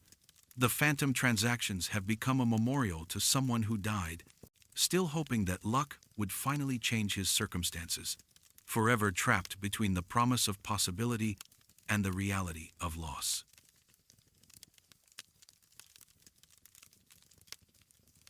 The magazine that turns pages. My name is Ito, and I'm a third-year student at a public high school in Western Tokyo. Like many of my classmates, I work part-time to help with family expenses and save money for university entrance exam preparation. My job at the local 7-Eleven provides decent hourly wages and flexible scheduling that works around my school commitments. The store is located in a quiet residential neighborhood, serving mostly families, elderly residents, and office workers from nearby apartment complexes. We maintain a small reading corner with plastic chairs and a magazine rack, primarily intended for customers buying coffee or light meals who want somewhere to sit while eating. The reading area gets steady use throughout the day. Elderly customers often browse newspapers over morning coffee. Students flip through manga during after-school visits, and office workers check weekly magazines while eating convenience store dinners. It's become an informal community space where people can rest and catch up on reading without pressure to make additional purchases. As part of my evening shift duties, I'm responsible for organizing the reading corner and ensuring magazines are properly displayed and current. We stock the usual variety news weeklies, sports magazines, women's fashion publications, and several manga anthologies that attract younger customers. One publication that consistently draws attention is Josei Romance Weekly, a magazine featuring serialized romantic stories aimed at working women. The magazine comes out every Thursday and typically sells well over the weekend, though we always keep display copies in the reading corner for customers who prefer browsing to buying. I first noticed something unusual about this particular magazine during a quiet Thursday evening shift in late October. I was restocking the magazine rack when I heard the distinct sound of pages being turned in the reading corner. This wasn't particularly unusual. Customers often spent time reading before making purchases. But when I looked toward the reading area, no one was sitting there. The plastic chairs were empty, and I could see clearly that no customer was browsing magazines. Yet I distinctly heard the soft rustling of paper being handled carefully, as if someone was turning pages with deliberate attention. I approached the reading corner to investigate, and found the current issue of Josei Romance Weekly open to a specific story titled Waiting for Spring. The magazine was positioned as if someone had been reading it, but no customer was present. I assumed someone had been browsing and left quickly when I wasn't paying attention. Over the following weeks, I began noticing a pattern. Every Thursday evening around the same time, I would hear pages turning in the reading corner. When I investigated, I consistently found the romance magazine open to the same story, Waiting for Spring, a serialized romance about a lonely office worker who gradually finds love with a kind coworker. The story had been running for several months and followed Yukiko, a 28-year-old office worker who lived alone and struggled with social isolation. The plot chronicled her developing relationship with Tanaka-san, a gentle colleague who noticed her loneliness and slowly drew her into friendship and eventually romance. What made the Phantom page-turning more intriguing was its timing. The sounds always occurred on Thursday evenings when the new issue arrived, and they followed a specific pattern, pages being turned slowly and deliberately with long pauses that suggested careful reading rather than casual browsing. I decided to observe more systematically, positioning myself with a clear view of the reading corner during Thursday evening hours. Around 8 p.m., the temperature in that area would drop noticeably, and I would begin hearing the familiar rustling of magazine pages. During one particularly quiet evening, I watched the magazine itself during the Phantom reading session. The pages were actually moving, turning slowly and methodically, as if guided by invisible hands. The magazine would open to Waiting for Spring, and the pages would advance through the story at a reading pace, pausing at dialogue sections and illustrations. Most remarkably, the Phantom reader seemed to respond emotionally to the story's content. During romantic scenes, the page turning would slow down, as if someone was savoring the moments. During dramatic or sad passages, I could sense a presence leaning closer to the magazine, fully absorbed in the fictional characters' experiences. I researched the magazine's readership and discovered that Waiting for Spring had developed a devoted following among working women who identified with Yukiko's isolation and hope for connection. The story's popularity came from its realistic portrayal of urban loneliness and the possibility of finding love despite social anxiety and workplace pressures. Curious about who might be so attached to this particular story, I spoke with our regular customers who frequently read the romance magazine. Several mentioned that they had noticed another regular reader, a quiet office worker in her late 20s, who came every Thursday evening to read the new installment. Akiko-san, one customer recalled. She always sat in the same chair and read very carefully, sometimes taking notes. She seemed completely absorbed in that romance story, like it was the most important part of her week. I asked around the neighborhood and learned more about Akiko. She had lived alone in a small apartment near the store and worked long hours at a data processing company. Neighbors described her as polite but extremely private, someone who maintained careful boundaries with others and seemed to have no close relationships. Akiko had apparently developed a strict routine around the romance magazine. Every Thursday after work, she would buy coffee and sit in our reading corner for exactly 1 hour, reading Waiting for Spring with complete focus. She never socialized with other customers or store staff beyond basic politeness. This routine had continued for over a year until about 2 months ago when Akiko suddenly stopped appearing. Initially, I assumed she had changed jobs or moved to a different neighborhood, but when I inquired with building management, I learned the tragic truth. Akiko had died alone in her apartment from what the medical examiner determined was a combination of exhaustion and malnutrition. She had apparently been working excessive overtime hours while eating very little, gradually weakening her health until her body simply failed. Her death hadn't been discovered for over a week until her absence from work prompted a welfare check. The building superintendent found her body in her apartment, surrounded by collected issues of Josei Romance Weekly, all carefully preserved and organized by publication date. Understanding this background made the Phantom page turning far more poignant. Akiko's spirit seemed bound to the weekly ritual that had provided her only source of emotional connection following Yukiko's fictional romance and experiencing vicariously the love and companionship that had been missing from her own life. The magazine story had become more than entertainment for Akiko. It had been a lifeline that helped her endure profound isolation. Through Yukiko's experiences, she could imagine possibilities for her own life while maintaining the emotional safety of fictional distance. I began to see the phantom reading sessions differently. Instead of supernatural disturbance, they represented a spirit clinging to the only source of warmth and hope she had known. Akiko continued reading, waiting for spring because the story promised that lonely people could find love and connection. I decided to acknowledge Akiko's presence, rather than ignore it. During Thursday evening shifts, I would ensure the reading corner was properly arranged and the magazine was easily accessible. Sometimes I would quietly say, "Good evening, Akiko-san. Please enjoy this week's story."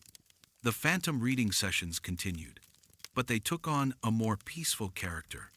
The temperature drops became gentler, and I occasionally caught glimpses of a translucent figure sitting in the corner chair, a young woman in office attire, completely absorbed in her reading.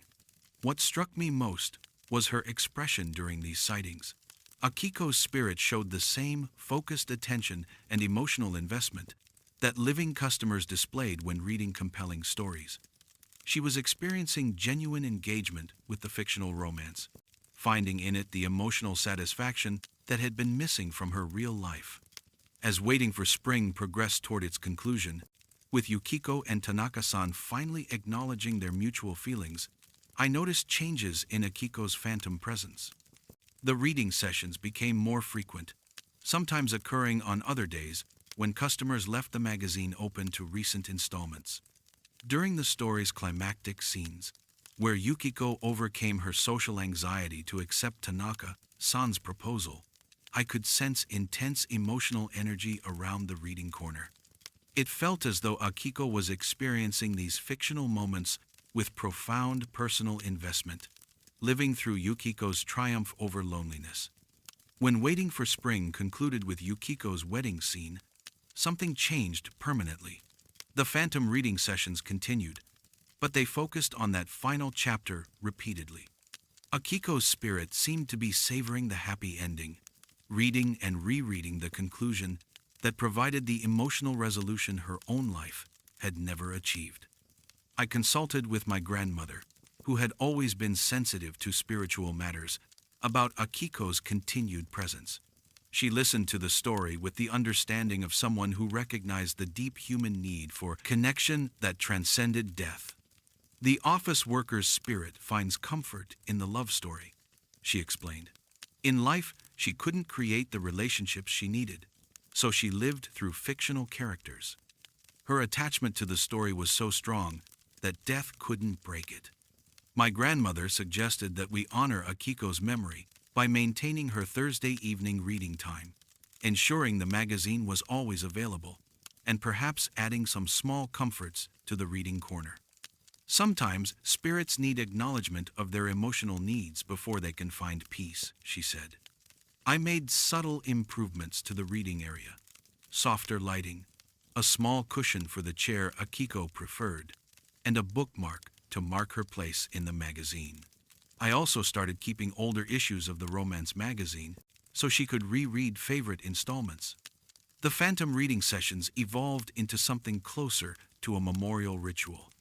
Akiko's spirit would appear on schedule, read through her beloved story, and seemed to find genuine contentment in the fictional romance that had sustained her through life's isolation. Other customers began to notice the reading corner's peaceful atmosphere on Thursday evenings. Several regular readers commented that the area felt especially welcoming during those times, though they couldn't explain why. Some started bringing their own reading materials, creating an informal community around the shared space. I've come to understand that Akiko's story represents a broader social problem, urban isolation, that pushes people to find emotional connection through fictional characters rather than real relationships. The manga romance wasn't just entertainment for her. It was a substitute for the human warmth she couldn't access in her actual life. Her phantom presence serves as a reminder that behind every regular customer is a complete human story of needs, hopes, and struggles. The convenience store's reading corner isn't just a commercial amenity, it's a space where isolated people can experience community, even if only through shared attention to stories and magazines. The magazine still turns its own pages every Thursday evening, guided by a spirit who found in fiction the love and connection that eluded her in life. Akiko continues reading, waiting for spring, because the story provides what her real existence never could: the experience of being cherished, understood, and valued by another person. I continue working my evening shifts, serving customers who come for various reasons, some for necessities, others for small pleasures, and many for the simple comfort of being around other people, even briefly.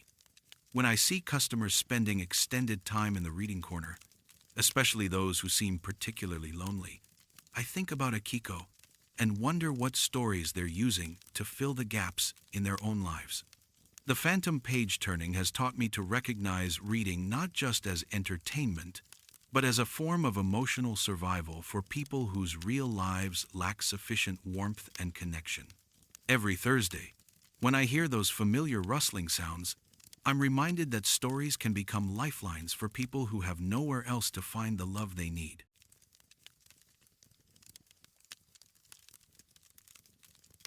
The hot coffee that never empties. My name is Saito, and I work the early morning shift at a family mart in an industrial district of eastern Tokyo.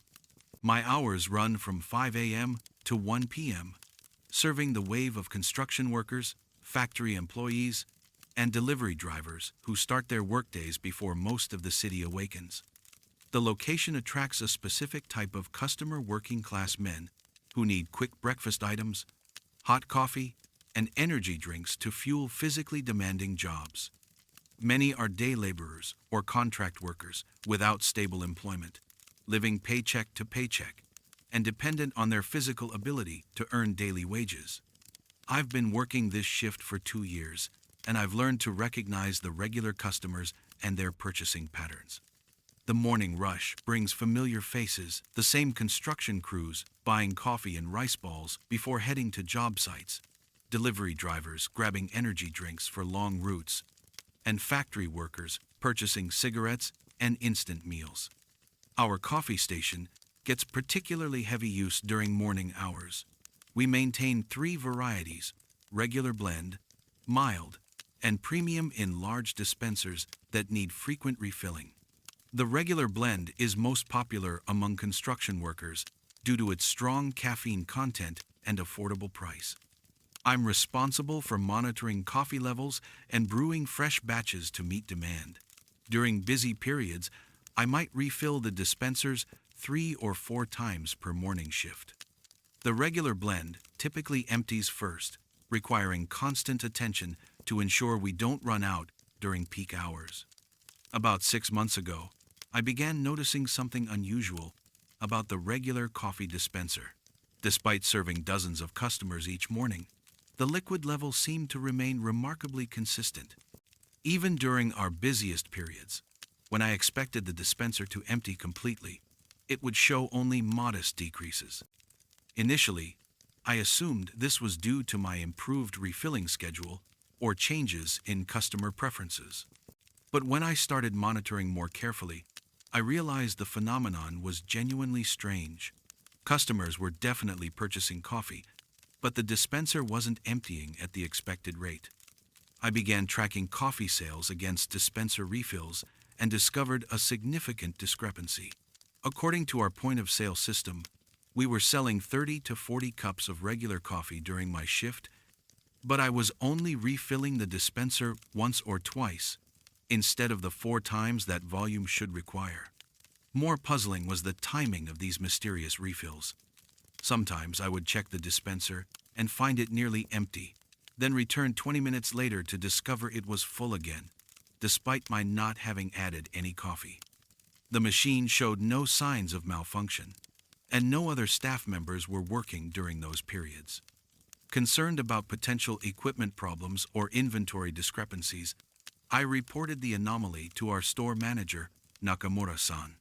He was a practical man who took equipment issues seriously, especially those involving popular products like coffee. "The dispenser is refilling itself?" he asked, reviewing our sales and inventory logs. "That's impossible unless there's a serious malfunction. If coffee is dispensing without payment, we're losing money." He arranged for a technician to examine the coffee station, but the inspection revealed no mechanical problems. The dispensing mechanisms worked properly, the measurement systems were accurate, and there were no leaks or other issues that could explain the mysterious refills. "The equipment is functioning normally," the technician reported. "If you're seeing inconsistent liquid levels, it's not due to mechanical failure." But the phantom refills continued to occur with increasing frequency. I began staying closer to the coffee station during busy periods, hoping to understand what was happening. The regular blend dispenser would empty to expected levels, then somehow replenish itself when no one was watching. During one particularly busy morning, I positioned myself with a clear view of the coffee station while handling register duties. Around 7 a.m., I noticed the temperature near the regular coffee dispenser drop significantly, and I heard the familiar sound of liquid being poured into the reservoir. When I looked directly at the coffee station, I could see the liquid level rising in the dispenser, as if someone was adding fresh coffee from above. But no one was present at the station, and I could see clearly that no staff member or customer was near the machine. Most unsettling was what I observed next. After the phantom refill completed, I noticed a translucent figure standing at the coffee station, a middle-aged man in work clothes holding a paper cup and apparently pouring coffee for himself. He moved with the practiced efficiency of someone performing a familiar morning routine. The figure matched the general description of many of our construction worker customers, but something about his appearance seemed faded, as if he existed only partially in our reality. He completed his coffee pour, added sugar and cream with precise movements, then walked toward the exit, fading from view before reaching the door. I researched our customer history and security footage, looking for patterns that might explain the phantom coffee refills. In reviewing recordings from several months earlier, I found a regular customer who matched the translucent figure I had observed.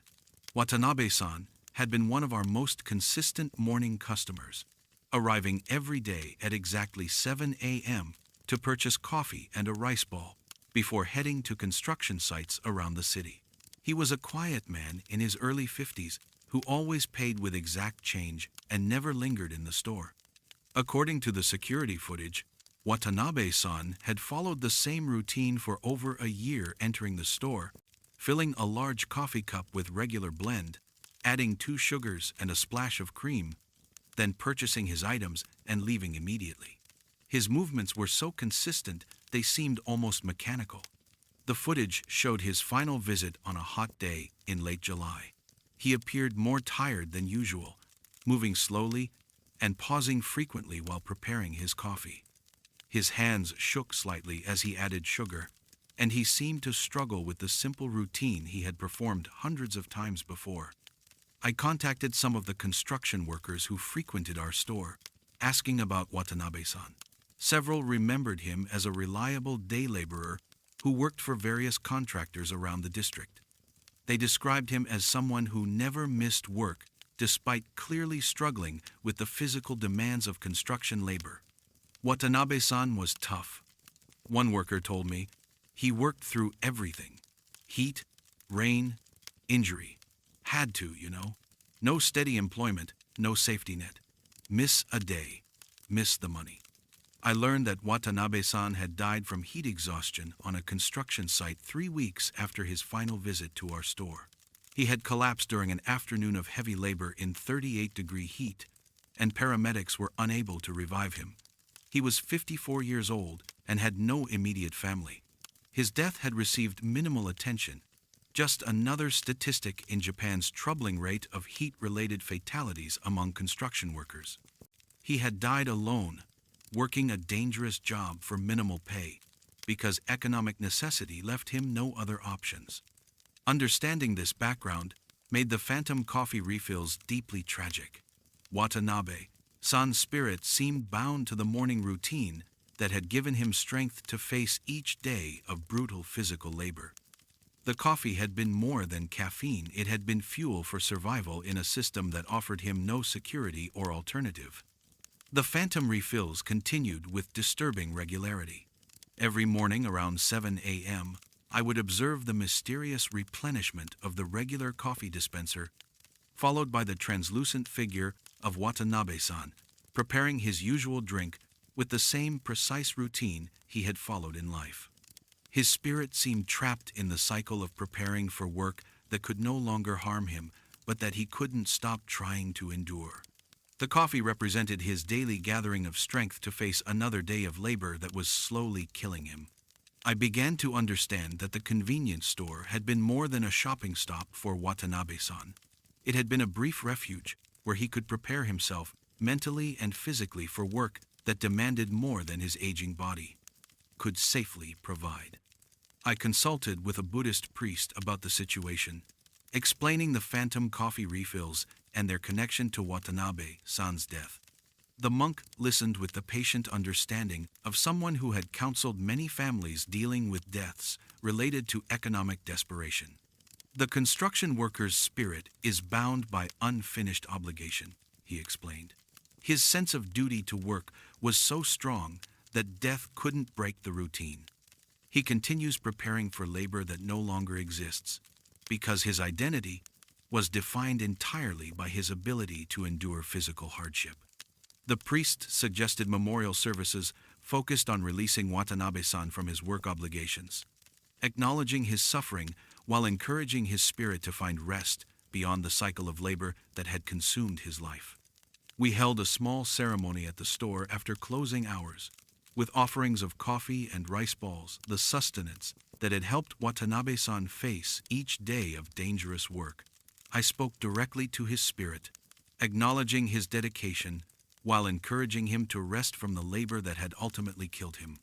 After the memorial service, the phantom coffee refills changed in character. Instead of the desperate routine they had represented before, they became gentler, more ceremonial. Watanabe-san's spirit still appeared occasionally, but his movements seemed more peaceful, less driven by the compulsive need to prepare for another day of survival. The coffee station continued to show occasional mysterious refills, but they felt different, like memorial offerings, rather than desperate preparation for work. Sometimes I would find the regular blend dispenser particularly full on, especially hot days, as if Watanabe-san's spirit was ensuring other workers had adequate coffee to help them endure dangerous conditions. I learned more about Watanabe-san's life through conversations with other construction workers who had known him. He had worked physical labor for over 30 years, gradually watching his body deteriorate while having no realistic option to transition to less demanding work. His story represented the tragedy of Japan's day labor system, where older workers are trapped in physically demanding jobs because they lack the education, connections, or financial resources to find alternatives. They work until their bodies fail, then often die in poverty with minimal social support. The phantom coffee refills served as a daily reminder of how economic desperation can trap people in cycles that slowly destroy them. Watanabe-san had died not from a single incident, but from the accumulated damage of decades spent performing labor that exceeded his physical limits. I continue working the early morning shift, serving construction workers who make purchases similar to Watanabe-san's final routine. When I see customers who appear to be struggling with the physical demands of their work, men with obvious injuries, exhaustion, or signs of heat stress, I think about Watanabe-san and the system that offers them few alternatives. The coffee station still shows occasional phantom refills, particularly during the hottest summer days when construction work becomes most dangerous. I've come to see these mysterious replenishments as Watanabe-san's way of caring for other workers who face the same impossible choices he did. His spirit continues to prepare coffee, because the routine had represented hope and determination in a life that offered little else. The morning coffee ritual had been his way of gathering strength to face another day of survival in a system that valued his labor more than his life.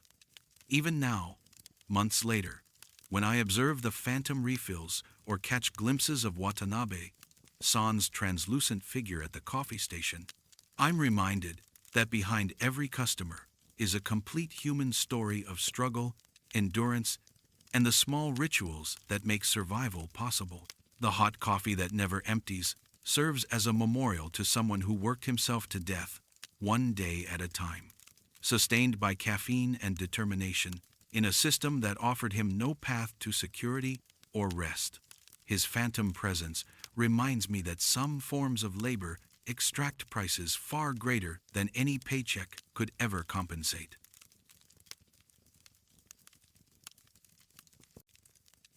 The security camera blind spot. My name is Kimura, and I've been managing convenience stores for 15 years.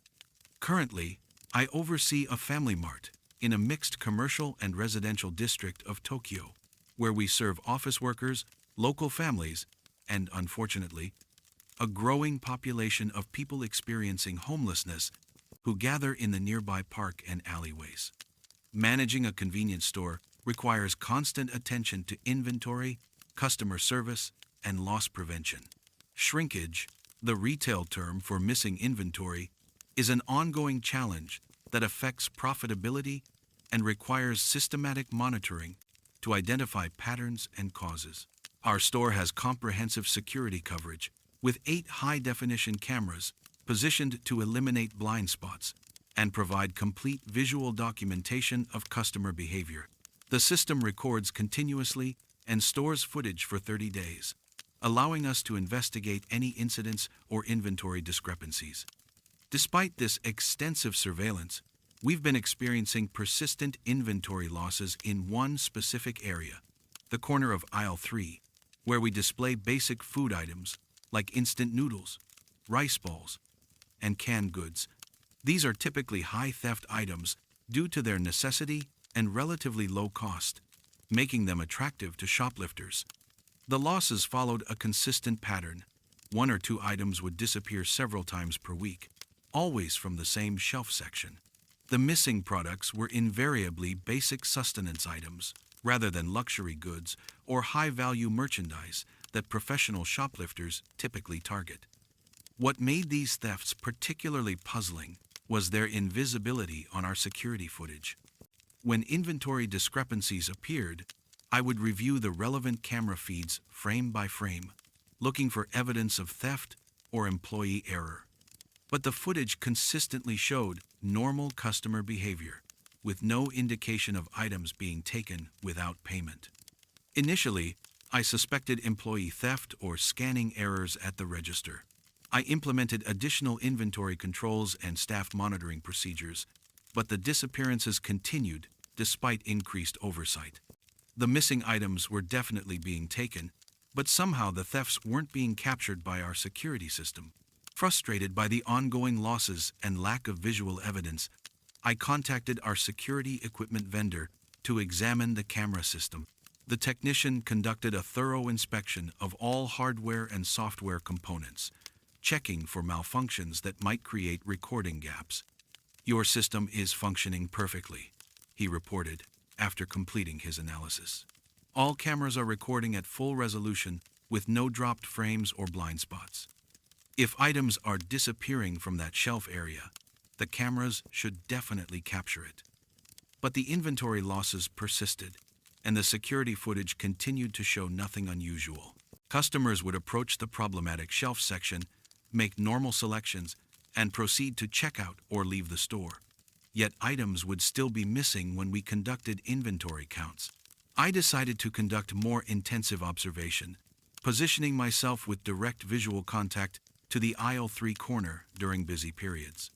If someone was stealing items through some method that avoided camera detection, I would catch them in the act through personal surveillance. During one afternoon shift, I maintained careful watch over the problem area while handling other store duties. Around 3 p.m., I noticed something impossible. A customer approaching the shelf corner appeared to become slightly transparent as he reached for items, as if the security cameras were somehow looking through him. More disturbing was what happened next. The customer, who seemed partially invisible to the cameras, selected several rice balls and instant noodle packages, then simply walked toward the store exit without paying. He didn't move furtively or attempt to conceal the items. He acted as if the food was freely available. When I tried to intervene, calling out to the customer, he turned toward me with an expression of profound confusion and desperation. His appearance was disheveled, suggesting someone experiencing homelessness, and his face showed the gaunt features of chronic malnutrition. "Excuse me," I said, approaching him. "You need to pay for those items." But as I got closer, the customer seemed to flicker in and out of visibility, becoming translucent before fading completely.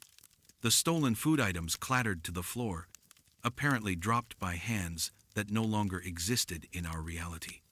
I realized I was dealing with something far beyond normal theft, a supernatural phenomenon that was somehow creating blind spots in our security system and allowing a ghostly figure to take food items that he desperately needed but could no longer consume.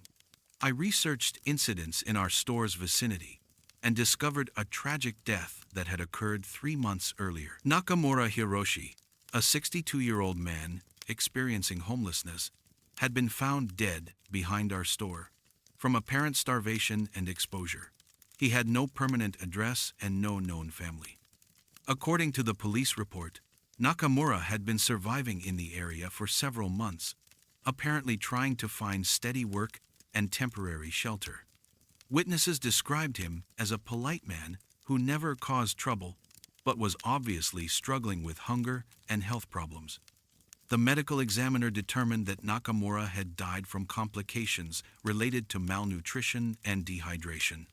His body had been discovered by our morning delivery driver, hidden behind the store's dumpster area where he had apparently sought shelter during his final days.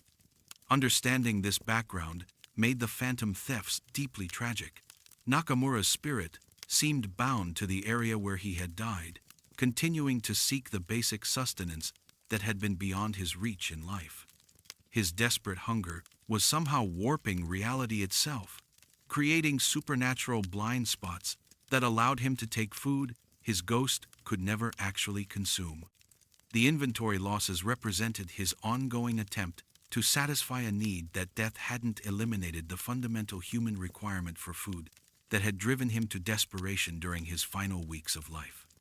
I began observing the aisle 3 corner more carefully during quiet periods, hoping to understand the extent of Nakamura's supernatural presence. Around the same time each day, mid-afternoon, when foot traffic was minimal, I would notice temperature drops and the faint outline of a figure browsing the basic food items. Nakamura's spirit appeared to follow the same routine he had probably developed while alive, waiting for periods when the store was less busy, approaching the food section cautiously, and selecting only essential items for survival.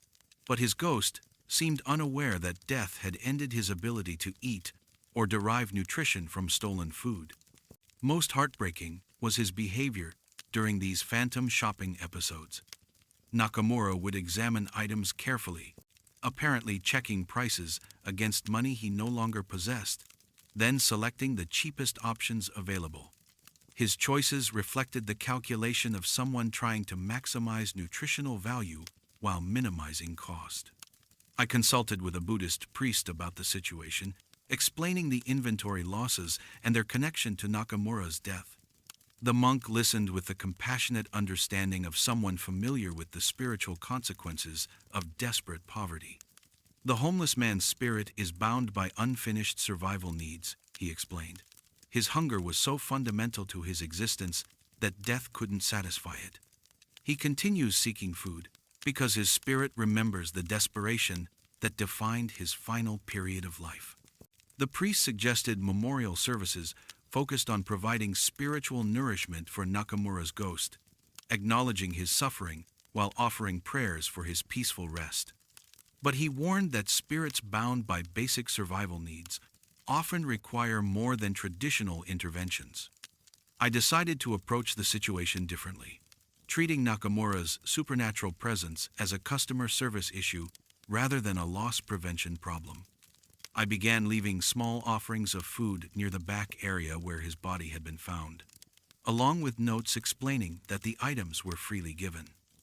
The phantom thefts immediately changed in character. Instead of disappearing mysteriously from the shelves, food items would be taken from the offering area behind the store. The security camera blind spots persisted, but they moved to cover the back area rather than the interior sales floor. Nakamura's spirit seemed to understand that food was being provided specifically for him, and he stopped taking items that would create inventory discrepancies. The offerings would disappear overnight, though obviously his ghost couldn't actually consume them. I learned more about Nakamura's circumstances through conversations with social workers and other homeless individuals who had known him. He had lost his job and apartment due to a company bankruptcy, then struggled for months to find new employment while his savings dwindled. His death represented the failure of social safety nets to prevent someone from literally starving in one of the world's wealthiest cities. Nakamura had died not from lack of available food, but from lack of money to purchase it, a preventable tragedy that highlighted systemic problems with poverty and homelessness. The supernatural blind spots continued to appear around the offering area, suggesting that Nakamura's spirit was maintaining its ability to exist outside normal perception while accepting the food donations, but the phenomenon felt peaceful rather than disturbing, a ghost finally receiving the charity that had been unavailable during his life. Other staff members began to notice the daily disappearance of offerings, though I didn't explain the supernatural aspects of the situation. I simply told them we were providing food for people in need, which was technically accurate and aligned with the store's community service goals. The back area where Nakamura had died became an informal memorial site. Local residents and customers who learned about his story began contributing their own food offerings, creating a small shrine that honored his memory while providing spiritual sustenance for his continued presence. Sometimes, during quiet afternoon periods, I would catch glimpses of Nakamura's translucent figure near the offering area. He would bow politely before taking food items, maintaining the dignified behavior that witnesses had remembered from his life.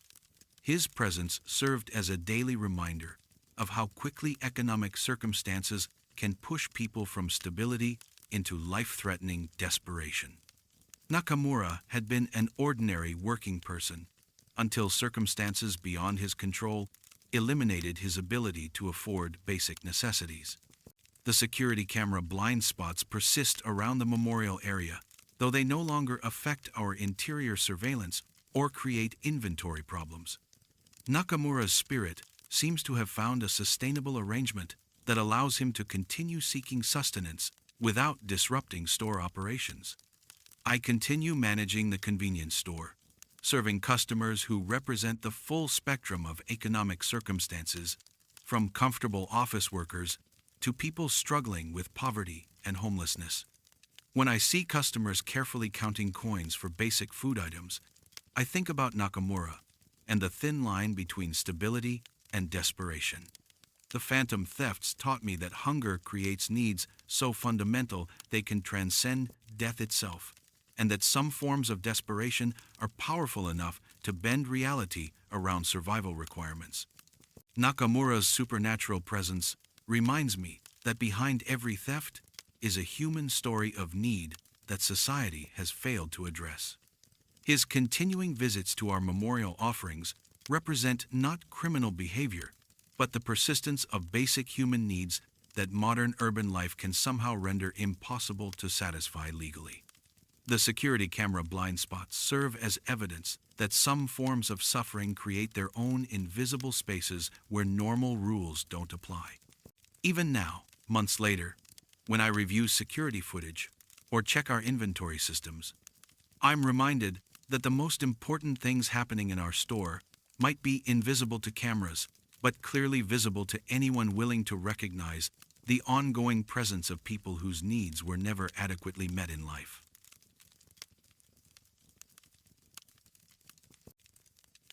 The closing time customer. My name is Takahashi, and I'm a university student working part-time at a 7-Eleven in a quiet residential neighborhood of Tokyo. The evening shift pays well enough to help with my tuition and living expenses, and the work is generally straightforward, serving customers, restocking shelves, and handling the closing procedures that prepare the store for overnight operations. Our store follows strict closing protocols designed to ensure security and proper cash handling. At exactly 11 p.m., we lock the doors, count the registers, secure the cash in the safe, and complete a final inspection before activating the overnight security system. The process typically takes 30 minutes and must be completed precisely to maintain corporate standards. I've been working this shift for 8 months, and I've learned to manage the closing routine efficiently. Most customers understand our 11 p.m. cutoff and finish their purchases with time to spare. Occasionally, someone arrives in the final minutes, but our policy allows entry until the doors are physically locked. The strange incidents began about 3 months ago, always following the same pattern. Every night at exactly 10:58 p.m., 2 minutes before official closing time, the automatic doors would open as if triggered by an approaching customer. But when I looked toward the entrance, no one would be there. Initially, I assumed this was a malfunction with the motion sensors or door mechanism. The system was relatively new, and electronic equipment sometimes develops sensitivity issues that cause false activations. I reported the problem to our maintenance contractor, expecting a simple technical fix. The repair technician conducted a thorough inspection of the door system, checking the motion sensors, pressure plates, and control electronics. After running multiple diagnostic tests, he found no problems with any components. The system is functioning perfectly, he reported. The sensors are properly calibrated, and there's no electrical interference that could cause false triggers. If the doors are opening, something is definitely activating the motion detection. But the phantom door activations continued every night at precisely the same time. I began paying closer attention to the phenomenon, positioning myself with a clear view of the entrance during the 10:58 time slot. What I observed was genuinely unsettling. The doors would slide open smoothly, exactly as they did for real customers, and remain open for the standard 15-second interval before closing automatically. During those 15 seconds, I could sometimes detect a slight temperature drop near the entrance and the faint sound of footsteps on the entry mat. More disturbing was the effect on our closing procedures. The automatic door activation would reset our security system's closing sequence, requiring me to restart the shutdown process from the beginning.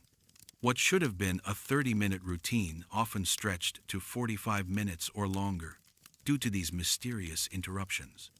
I mentioned the recurring problem to my store manager, Watanabe-san, who had been working convenience store operations for over 20 years. He listened to my description with the serious attention of someone familiar with both technical problems and more unusual occurrences. Phantom door activations at closing time, he repeated thoughtfully. That's specific. Has it affected our security protocols or register procedures? I explained how the interruptions disrupted the closing sequence and extended my shift completion time. Watanabe-san seemed particularly concerned about this aspect of the problem, as proper closing procedures were critical for security and inventory control. I want you to document every incident, he instructed. Note the exact time, duration, and any effects on store systems. If this is a technical problem, we need evidence for the repair company. If it's something else.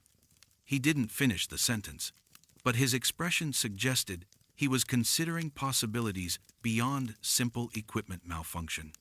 Over the following weeks, I carefully recorded each phantom door activation. The pattern was perfectly consistent, 10:58 p.m. every night, lasting exactly 15 seconds, followed by system resets that delayed closing procedures. The precision was too exact to be random technical failure. During one particularly quiet evening, I decided to speak directly to the empty doorway during the phantom activation. As the doors opened at their scheduled time, I called out. "Good evening. We're closing in 2 minutes." The temperature drop near the entrance became more pronounced, and I distinctly heard what sounded like a customer's apologetic response, though the words were too faint to understand clearly. The presence felt rushed and anxious, as if someone was trying to complete urgent business before the store closed. I researched our store's history and discovered a tragic incident that had occurred 18 months earlier. Hayashi Kenji, a 28-year-old assistant manager, had been killed during an armed robbery that took place just before closing time on a weeknight. According to police reports, Hayashi-san had been following standard closing procedures when two masked men entered the store at approximately 10:55 p.m. When they demanded access to the cash registers, Hayashi-san had apparently tried to complete the proper security protocols while complying with their demands. The robbery had gone wrong when Hayashi-san hesitated to override the time-locked safe system, explaining that he needed to follow company procedures for cash handling. One of the robbers had struck him with a weapon, causing fatal head injuries. He died before paramedics arrived, still clutching the closing checklist he had been trying to complete. Understanding this background made the phantom door activations deeply tragic. Hayashi-san's spirit seemed bound to the closing routine that had defined his final moments, forever trying to complete the shift that death had interrupted while he was conscientiously following proper procedures. The 10:58 timing corresponded exactly to when customers would typically make last-minute entries before closing. Hayashi-san's ghost appeared to be perpetually expecting those final customers, preparing to serve them while managing the complex closing procedures that had cost him his life.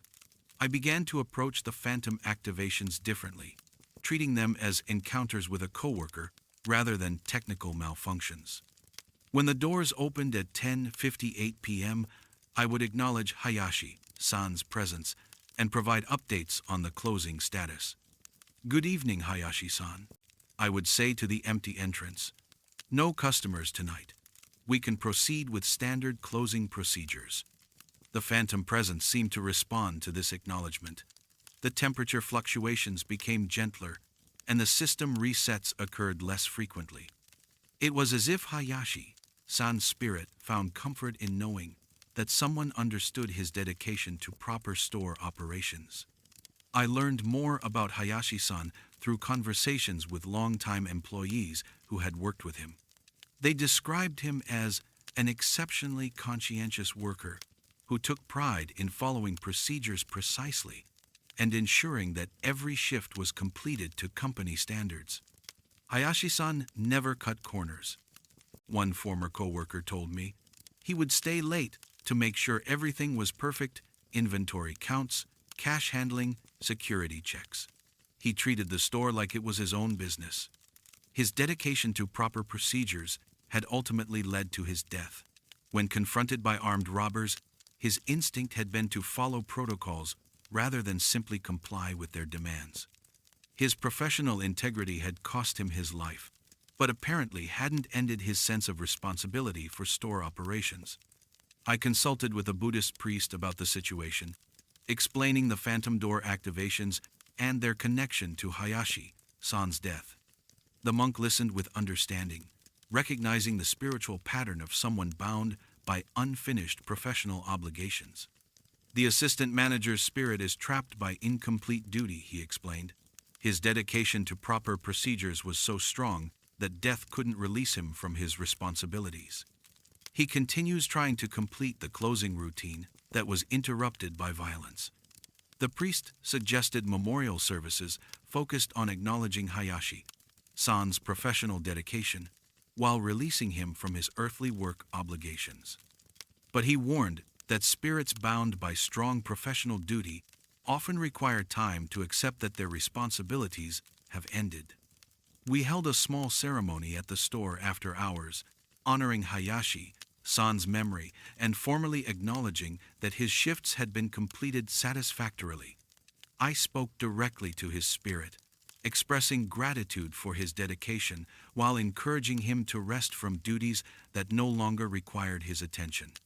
After the memorial service, the phantom door activations changed in character.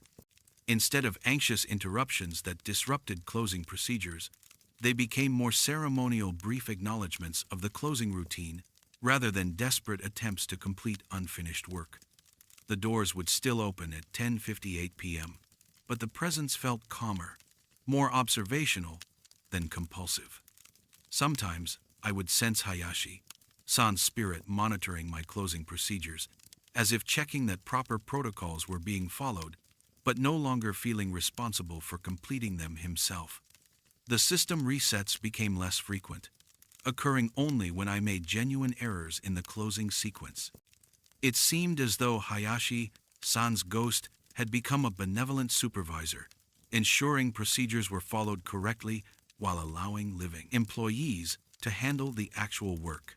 I learned to appreciate his continued presence rather than find it disturbing. The phantom door activations served as reminders to maintain the professional standards that Hayashi-san had died protecting, while also honoring his memory through careful attention to proper procedures. Other evening shift workers began to notice the 10:58 door phenomenon, though most attributed it to technical quirks rather than supernatural causes. I didn't correct their assumptions, but I made sure they understood the importance of following closing procedures precisely, partly for security reasons, and partly out of respect for Hayashi-san's memory. The store's closing routine became a form of memorial ritual, with each step performed carefully to honor the dedication of someone who had valued proper procedures above his own safety.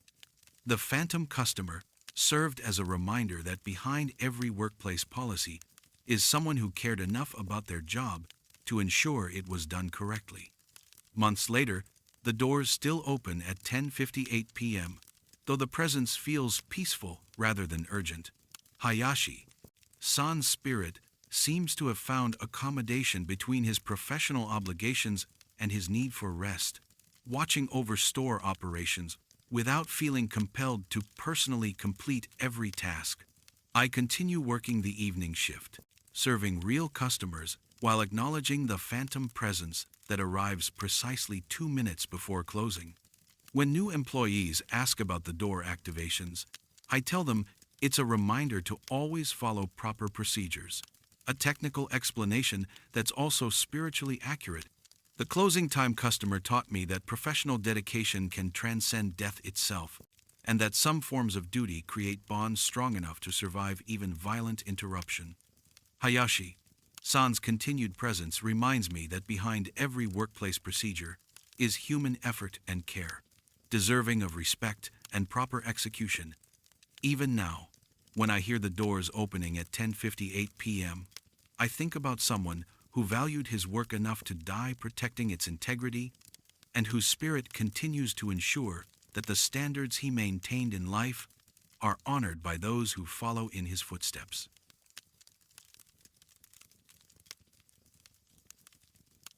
The bento that stays warm. My name is Matsui, and I've owned and operated a small Family Mart franchise in a working-class neighborhood of Tokyo for 12 years. The store serves primarily local families, single parents, and people working multiple jobs who depend on convenient, affordable meals to sustain themselves through demanding schedules. Running a convenience store requires constant attention to food safety and temperature controls. Our refrigerated cases maintain precise temperatures to ensure product freshness and prevent spoilage that could endanger customers' health or create costly inventory losses. The bento section is particularly critical, as these prepared meals represent a significant portion of our revenue and serve customers who often have limited time and resources for food preparation. We stock a variety of options, from basic rice and vegetable combinations to more elaborate meals with meat and side dishes.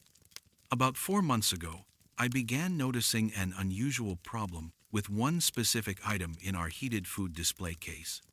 A chicken teriyaki bento would remain warm even when the heating system was turned off for cleaning or maintenance, while other items cooled to room temperature. This particular bento maintained an internal temperature that defied the ambient conditions. Initially, I assumed this was due to better insulation in that specific container or residual heat from its position in the display case. But when I moved the bento to different locations, including the refrigerated section, it continued to stay unnaturally warm. More concerning was the effect this mysterious heat source had on surrounding food items. Products placed near the warm bento would spoil faster than expected, developing bacterial growth patterns that suggested exposure to inconsistent temperatures. This created food safety risks that could potentially harm customers and violate health regulations.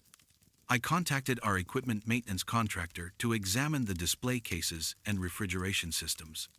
The technician conducted thorough diagnostics, but found no mechanical problems that could explain the localized heat phenomenon. All your refrigeration units are functioning normally, he reported. The temperature controls are accurate, and there's no electrical malfunction that could create hotspots. If one item is staying warm, it's not due to equipment failure. But the warm bento continued to appear regularly. Always chicken teriyaki. Always maintaining a temperature that seemed ideal for consumption despite being stored in refrigerated conditions. The pattern was too consistent to be coincidental, and the food safety implications were becoming serious. I began monitoring the phenomenon more systematically, checking temperatures hourly and documenting which specific bento packages exhibited the anomalous warming. The affected items always appeared during our evening restocking, typically around dinner time when working parents would normally purchase meals for their families. During one particularly quiet evening, I was organizing the bento display when I noticed something impossible. A chicken teriyaki bento that had been refrigerated for several hours was not only warm, but was steaming slightly, as if it had just been heated in our microwave. The package felt warm to the touch, and the rice inside appeared fresh and properly heated. More unsettling was what I observed when I stayed late to watch the bento section during evening hours. Around 6 p.m., the temperature near certain bento packages would rise noticeably, and I would sometimes catch glimpses of movement in my peripheral vision, as if someone was checking the food temperature with maternal concern. The phantom warming seemed to follow a pattern related to family meal times. The affected bentos would become warm during periods when children would typically be eating dinner, and the warmth would gradually fade after 8 p.m., when most families would have finished their evening meals. I researched incidents in our neighborhood and discovered a tragic death that had occurred 2 months before the warming phenomenon began. Okamoto Yuki, a 34-year-old single mother, had died in her apartment from what the medical examiner determined was exhaustion-related cardiac failure. According to the investigation, Okamoto-san had been working 3 part-time jobs to support her 2 young children while dealing with chronic health problems. She had collapsed in her kitchen while heating a convenience store bento, her only meal of the day, after working a 16-hour shift across multiple workplaces. Her children, ages 6 and 8, had been found the next morning by a neighbor who noticed they hadn't appeared for school.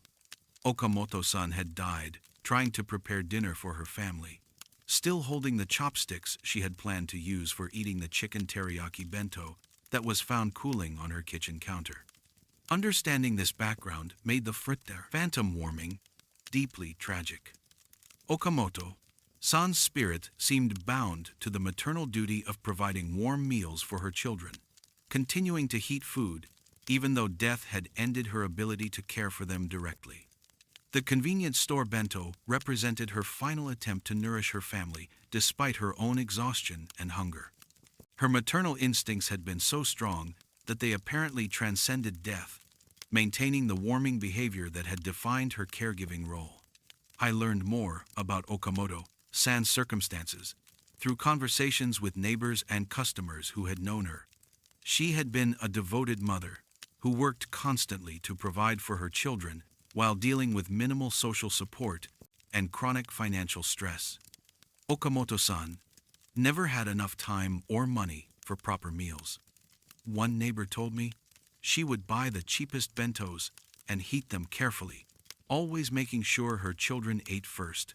She probably lived on convenience store food herself. Her death represented the fatal intersection of maternal responsibility and economic desperation. A woman who had literally worked herself to death while trying to fulfill the basic obligation of feeding her children. The phantom warming continued, with increasing frequency, always affecting chicken teriyaki bentos during traditional dinnertime hours. The affected food remained at perfect serving temperature, as if being maintained by someone who understood the importance of providing warm, nourishing meals for growing children. I began to see the supernatural heating as Okamoto-san's continued attempt to care for children she could no longer physically feed. Her spirit seemed to be preparing meals that would never be consumed by her own family, but that might nourish other working families facing similar struggles. I consulted with a Buddhist priest about the situation, explaining the phantom warming and its connection to Okamoto-san's death. The monk listened with the compassionate understanding of someone familiar with the spiritual consequences of maternal sacrifice. The mother's spirit is bound by unfinished caregiving obligations, he explained. Her devotion to providing for her children was so fundamental that death couldn't end her nurturing instincts. She continues trying to prepare warm meals because maternal care was central to her identity. The priest suggested memorial services focused on acknowledging Okamoto-san's maternal devotion while assuring her spirit that her children were being cared for by others. But he warned that maternal bonds often create some of the strongest spiritual attachments, requiring patience and understanding rather than immediate resolution. I decided to honor Okamoto-san's memory by establishing a small shrine near the Bento section, with offerings of chicken teriyaki meals and prayers for her children's well-being. I also researched what had happened to her two children and learned they had been placed with relatives in another prefecture. After setting up the memorial area, the phantom warming changed in character. Instead of random occurrences that created food safety concerns, the warming became more controlled and purposeful. Specific bentos would be heated during peak family hours, as if Okamoto-san's spirit was helping to ensure working parents had access to properly warmed meals. The affected bentos began selling more quickly, purchased by customers who commented on how perfectly heated they were. Single parents, in particular, seemed drawn to these mysteriously warm meals, often mentioning that they reminded them of home-cooked food. I started marking the phantom warmed bentos with small stickers and pricing them slightly lower, explaining to customers that they were specially prepared items. This allowed Okamoto-san's continued caregiving to benefit other families while avoiding food safety concerns. The supernatural warming became a positive presence in the store rather than a problem to solve. Customers began to associate our bento section with exceptional quality and care, not knowing that the attention came from a devoted mother whose spirit continued to prioritize proper nutrition for children. Sometimes, during quiet evening periods, I would sense Okamoto-san's presence near the food display, not disturbing or frightening, but protective and nurturing. She seemed to be ensuring that the meals met her standards for nourishing growing children.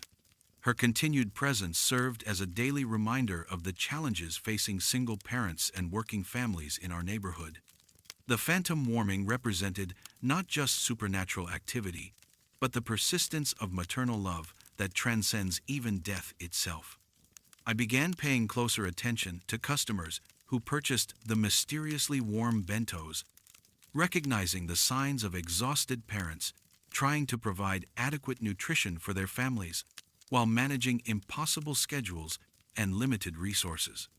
When I noticed customers who seemed to be struggling, particularly single mothers buying dinner during late hours, I would guide them toward the phantom warmed bentos, knowing that Okamoto-san's spirit had somehow enhanced them with extra care and attention. The warm bento phenomenon taught me that convenience stores serve functions far beyond simple retail. For many families, we provide essential nutrition and food security, filling gaps that economic circumstances and work demands create in traditional meal preparation. Okamoto-san's spirit continues to warm chicken teriyaki bentos during family dinner hours, ensuring that other working parents have access to meals that carry the attention and care she would have provided to her own children if circumstances had allowed. Even now, months later, when I check the bento display during evening hours and find mysteriously warm packages, I think about a mother who died trying to provide for her children and whose love proved strong enough to transcend death itself. The phantom warming reminds me that behind every convenience store purchase is a family story of need, sacrifice, and the endless challenge of providing care within systems that often make basic nurturing impossibly difficult. Okamoto-san's continued presence honors all the parents who struggle to feed their children while working multiple jobs to survive in modern urban Japan.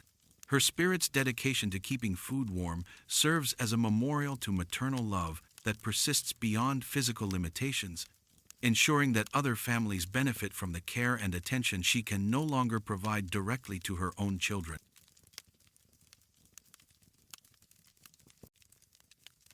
The lottery ticket that keeps winning. My name is Suzuki, and I'm a second-year business student at Waseda University in Tokyo.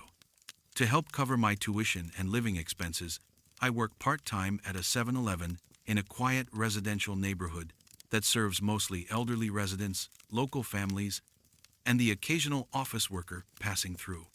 One of my responsibilities involves managing the lottery ticket display near the register, maintaining inventory, processing sales, and handling prize claims for winners.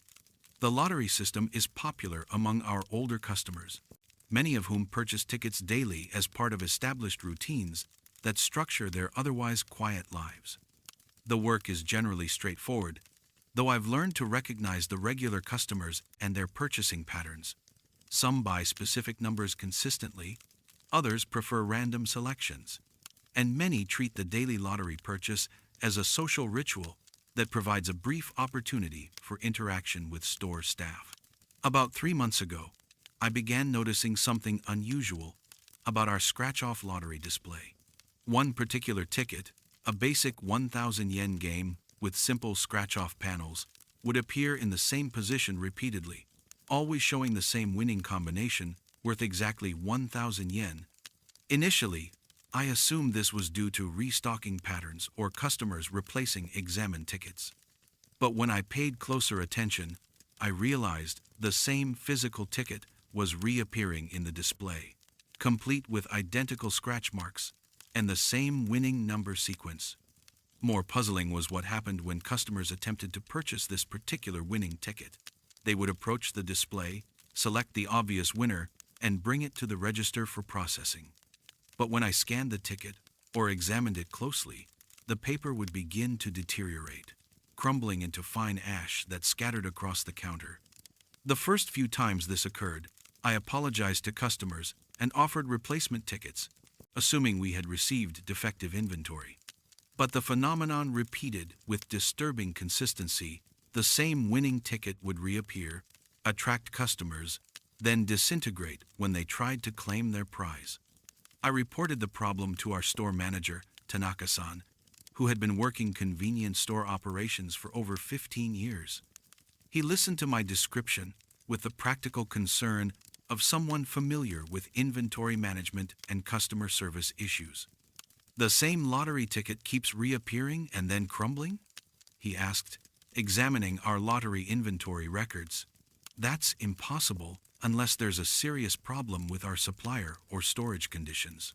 He contacted the lottery company's customer service division, but they had no record of defective tickets or printing errors that could explain the phenomenon. According to their quality control systems, all lottery tickets in our batch had been manufactured and distributed according to standard procedures. But the phantom winning ticket continued to appear with predictable regularity. Every few days, I would find it in the same display position, showing the same winning combination, attracting the same hopeful customers who inevitably watched their prize crumble to ash. During one particularly quiet afternoon shift, I decided to observe the lottery display more carefully during periods when customers typically examined tickets. Around 2 p.m., when foot traffic was minimal, I positioned myself with a clear view of the lottery section. The temperature near the display dropped noticeably, and I observed something impossible: an elderly man in outdated clothing examining lottery tickets with careful attention.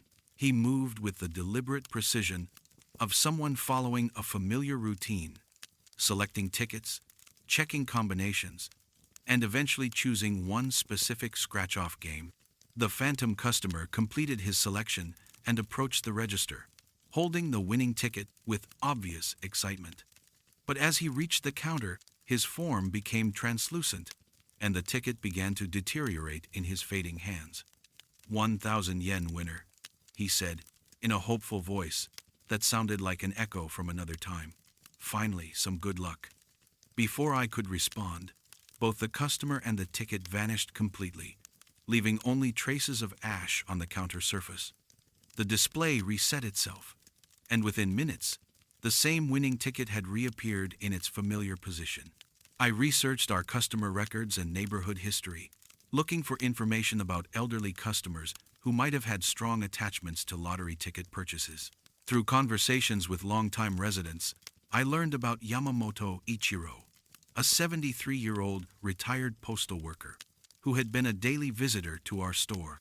According to neighbors, Yamamoto-san had lived alone in a small apartment near the store and had developed a strict routine around lottery ticket purchases. Every afternoon at 2 p.m., he would walk to our store, examine the scratch-off games carefully, purchase one ticket, and spend several minutes chatting with store staff while scratching it at the counter. Yamamoto-san never won anything significant, one neighbor told me, but he seemed to enjoy the process, the hope, the conversation with you young people working the register. It was probably the highlight of his day. I learned that Yamamoto-san had died alone in his apartment 2 months before I started noticing the phantom lottery ticket. He had apparently suffered a heart attack while preparing for his daily store visit, found 3 days later when neighbors noticed accumulated mail and newspapers. His death had received minimal attention, just another elderly person dying alone in urban Japan, part of a growing social problem of isolation among older residents. But his daily lottery routine had apparently been so central to his life that death couldn't break the habit. Understanding this background made the phantom ticket deeply sad rather than frightening. Yamamoto-san's spirit seemed bound to the lottery routine that had provided his only regular social interaction, forever hoping that a winning ticket might earn him extended conversation with store staff. The 1,000 yen prize represented not financial gain, but the possibility of a longer exchange with another human being, a winner's claim that would require more time and attention than a simple purchase transaction. I began approaching the phantom lottery incidents differently, treating them as opportunities to provide the social interaction that Yamamoto-san had craved in life. When the temperature dropped near the lottery display, I would acknowledge his presence and engage in conversation. "Good afternoon, Yamamoto-san," I would say to the empty store. "Looking for a winner today? Let me know if you need help checking the combinations." The phantom presence seemed to respond to this acknowledgement. The temperature fluctuations became gentler, and I would sometimes hear faint responses, observations about the weather, questions about new lottery games, or comments about the neighborhood changes he had witnessed over the years. These one-sided conversations felt strangely natural, as if I was providing customer service to someone whose needs had transcended normal commercial transactions. Yamamoto-san's spirit seemed to find comfort in the social interaction he had been seeking, regardless of whether physical lottery prizes were involved. I learned more about his life through conversations with elderly customers who had known him. Yamamoto-san had been a dedicated postal worker for 40 years, never married, with no close family. After retirement, his social connections had gradually diminished until the daily lottery purchase became his primary contact with other people. He was a kind man who never bothered anyone, one regular customer told me, but you could see the loneliness in his eyes. The lottery tickets weren't really about money. They were about having a reason to talk to someone every day. His story represented a broader social crisis affecting elderly Japanese citizens, particularly those without family support networks, who face increasing isolation as their communities change and traditional social structures weaken. I consulted with a Buddhist priest about Yamamoto-san's continued presence, explaining the phantom lottery tickets and their connection to his social needs. The monk listened with compassionate understanding, recognizing the spiritual pattern of someone bound by unfulfilled human connection. The retired man's spirit is trapped by unmet social needs, he explained. His loneliness was so profound that death couldn't satisfy his desire for human contact. He continues the lottery routine because it represented his only opportunity for meaningful interaction. The priest suggested memorial services focused on acknowledging Yamamoto-san's need for companionship while providing spiritual connection that might ease his isolation. But he warned that loneliness-based attachments often require ongoing attention rather than single interventions. I established a small memorial area near the lottery display, with offerings and a notebook where I could write daily messages to Yamamoto-san's spirit. I began treating his phantom visits as scheduled appointments, setting aside time for conversation and providing the attention he had sought through lottery purchases. The phantom winning ticket continued to appear, but the interactions became more peaceful and less desperate. Instead of frantically crumbling when touched, the ticket would remain stable longer, as if Yamamoto-san was savoring the extended contact time that processing a winner would normally provide. Other staff members began to notice the memorial area and the notebook filled with daily messages. When I explained that they were for a former customer who had valued human connection, several colleagues started adding their own notes and greetings. The lottery display became an informal community memorial, honoring someone whose death had highlighted the isolation faced by many elderly customers who depended on convenience stores for social contact as much as commercial services. Sometimes, during quiet afternoon periods, I would sense Yamamoto-san's presence examining the lottery tickets with the same careful attention he had shown in life. But instead of desperate hope for winning, his energy felt more like peaceful reminiscence of better times. His continued visits served as daily reminders to pay attention to elderly customers who might be using commercial transactions as excuses for human interaction. When I encountered customers who seemed particularly interested in conversation or who lingered longer than necessary, I thought about Yamamoto-san and tried to provide the social contact they were seeking. The phantom lottery ticket taught me that convenience stores serve functions far beyond retail sales, particularly for isolated community members who may have limited opportunities for social engagement. A simple lottery purchase can represent someone's primary form of human contact. Yamamoto-san's spirit continues to appear near the lottery display, though his presence feels more companionable than desperate. The winning ticket still appears occasionally, but it serves more as a conversation starter than a desperate attempt to extend social interaction. His story reminds me that behind every regular customer is a complete human life, with needs for connection, recognition, and simple acknowledgement of their existence. The lottery tickets had been his way of purchasing small amounts of human attention in a world that had gradually forgotten he was there. Even now, months later, when I manage the lottery display and encounter customers who seem particularly eager for conversation, I think about a lonely man who died hoping that a winning ticket might finally earn him the extended human contact he craved. The phantom winning ticket serves as a memorial to someone whose greatest prize would have been genuine friendship and whose spirit continues to seek the social connection that modern urban life had made impossible to find through normal means.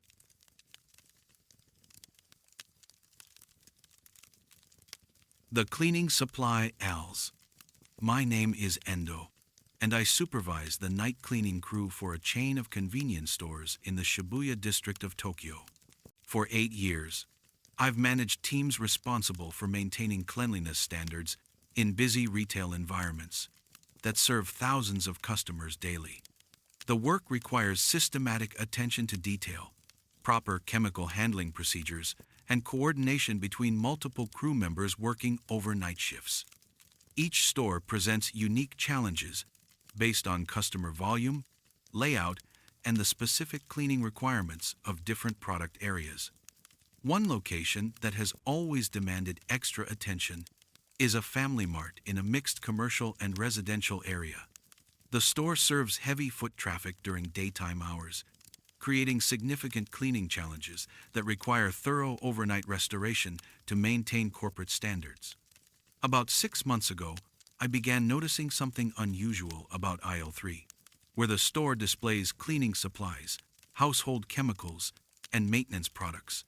Every morning when our crew arrived, this particular aisle would be organized with perfect precision products, aligned exactly, labels facing forward, items arranged by category and size with mathematical accuracy. Initially, I assumed this was due to exceptional work by the evening staff or reduced customer activity in that section. But when I observed customer behavior during busy periods, I noticed that aisle 3 experienced the same disruption as other areas' products moved around. Items placed in wrong locations, general disorganization, typical of high-traffic retail environments. Yet every night, when we began our cleaning routine, aisle 3 would be perfectly organized, as if someone had spent hours arranging each product according to professional merchandising standards. The precision was too consistent and thorough to be explained by casual maintenance or customer consideration. More puzzling was the timing of this organization. Security footage showed normal customer activity throughout the day, with the expected accumulation of disorganization and misplaced items. But during the late evening hours, between the last customer and our crew's arrival, the aisle would somehow restore itself to perfect order. I contacted the store manager to inquire about evening staff procedures, wondering if someone was performing unauthorized cleaning work that wasn't documented in our schedules. But he confirmed that no additional staff were assigned to cleaning duties, and the evening shift workers had explicit instructions not to perform tasks reserved for the professional cleaning crew. The cleaning supply aisle organizes itself, he asked, reviewing our work assignments and staffing schedules.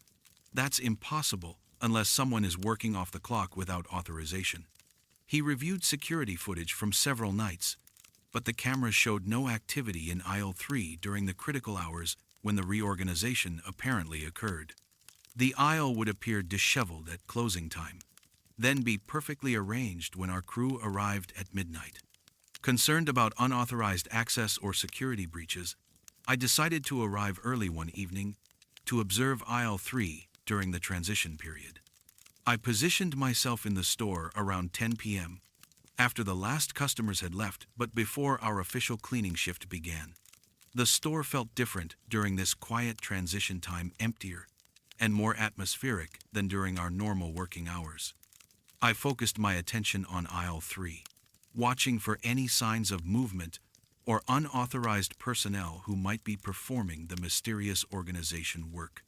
Around 11 p.m., the temperature near the cleaning supply section dropped noticeably, and I began to hear the soft sounds of products being moved and rearranged. But when I looked directly at the aisle, I saw no person performing this work. More unsettling was what I observed through my peripheral vision. A translucent figure appeared to be working methodically through the cleaning supplies, handling each item with practiced efficiency and arranging products according to strict organizational principles. The phantom worker moved with the precise movements of someone performing familiar routine maintenance, checking expiration dates, aligning labels, grouping similar products, and creating the perfect symmetry that had been appearing every night. When I tried to approach for a closer look, the figure became less visible, though the sound of products being handled continued. The work proceeded with professional thoroughness, addressing every detail that a trained cleaning specialist would consider important. I researched the store's employment history and discovered information about Kobayashi Michiko, a 58-year-old cleaning specialist who had worked at this location for 3 years before her death 6 months earlier.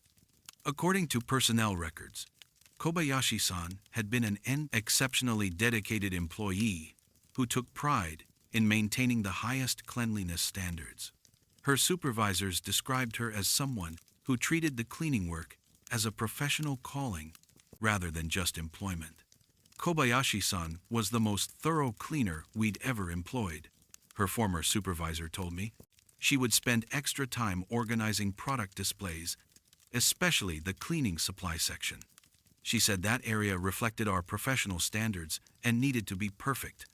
I learned that Kobayashi-san had died from complications related to long-term chemical exposure, apparently from years of working with industrial cleaning products without adequate protective equipment.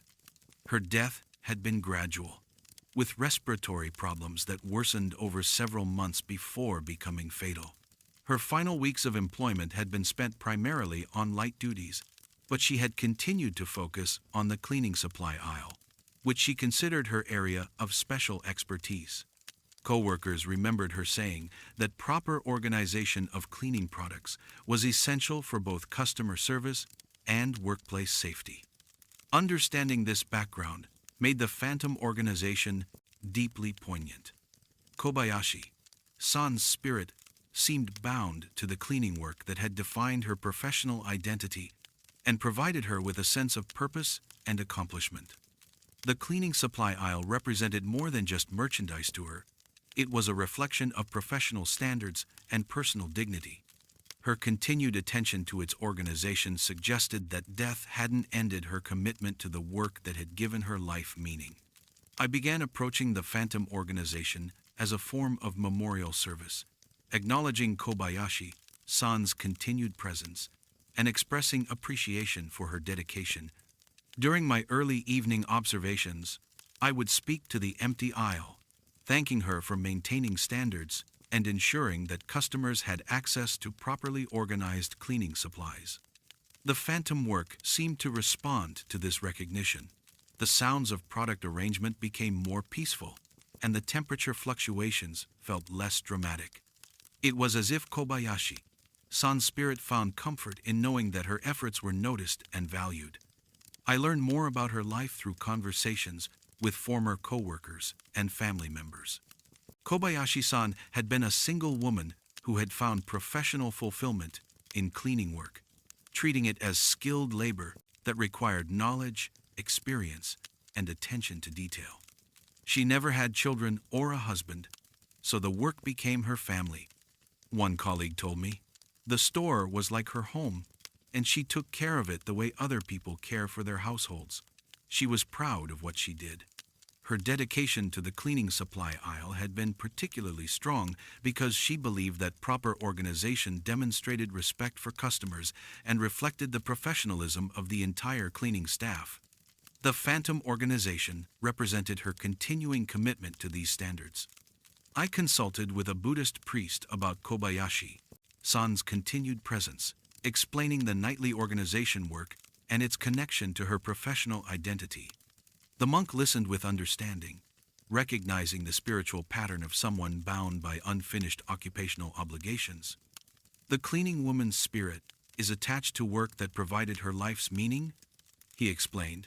Her professional identity was so strong that death couldn't separate her from duties that defined her existence. She continues organizing because the work was central to who she was. The priest suggested memorial services that acknowledged Kobayashi-san's professional accomplishments, while encouraging her spirit to find rest beyond her earthly work responsibilities.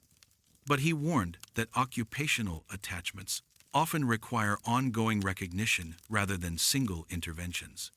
I established a small memorial area near the cleaning supply section, with offerings and a plaque honoring Kobayashi-san's dedication to maintaining cleanliness standards. I also began including her name in our crew's monthly safety meetings, acknowledging her contributions to workplace procedures and product organization protocols. The Phantom organization continued, but it took on a more ceremonial character. Instead of desperate attempts to maintain impossible standards, the work seemed more like professional demonstration, showing proper techniques and procedures to living staff members. Other crew members began to notice the perfectly organized cleaning supply aisle and the memorial area honoring Kobayashi-san's memory. When I explained her story and ongoing presence, several workers started leaving small offerings and expressing gratitude for her continued attention to professional standards. The cleaning supply section became an informal training area where new crew members could observe proper product organization and inventory management. The Phantom organization served as a daily example of professional excellence and attention to detail. Sometimes, during quiet overnight shifts, I would sense Kobayashi-san's presence in other areas of the store, conducting invisible quality inspections and ensuring that cleaning work met her exacting standards. Her spirit seemed to be mentoring living workers while maintaining the high standards she had established during her lifetime. Her continued presence served as a reminder that cleaning work requires skill, knowledge, and professional pride. The Phantom organization demonstrated that seemingly simple tasks, like product arrangement, actually involve complex decisions about customer service, safety, and workplace efficiency. The cleaning supply aisle taught me to appreciate the expertise and dedication of workers whose contributions are often overlooked or undervalued. Kobayashi-san's spirit continues to demonstrate that all honest work deserves respect and recognition, regardless of its social status or economic compensation. I continue supervising the night cleaning crew, now with enhanced awareness of how professional identity can transcend employment status or even life itself. When training new workers, I use Kobayashi-san's Phantom organization as an example of dedication and attention to detail. The perfectly arranged cleaning supplies serve as a daily memorial to someone who found dignity and purpose in work that others might consider routine or unimportant. Her spirit reminds us that professional excellence can be achieved in any occupation when approached with proper respect and commitment. Even now, months later, when I observe the mysteriously organized aisle 3 each morning, I think about a woman who died from the very chemicals she had spent years arranging and organizing, yet whose spirit continues to ensure that other workers have access to properly maintained supplies and procedures. The Phantom organization represents not just supernatural activity, but the persistence of professional values and workplace pride that extend beyond individual careers or lifespans. Kobayashi-san's continued presence honors all workers who take pride in their contributions, no matter how humble or overlooked their roles might be in society's broader recognition.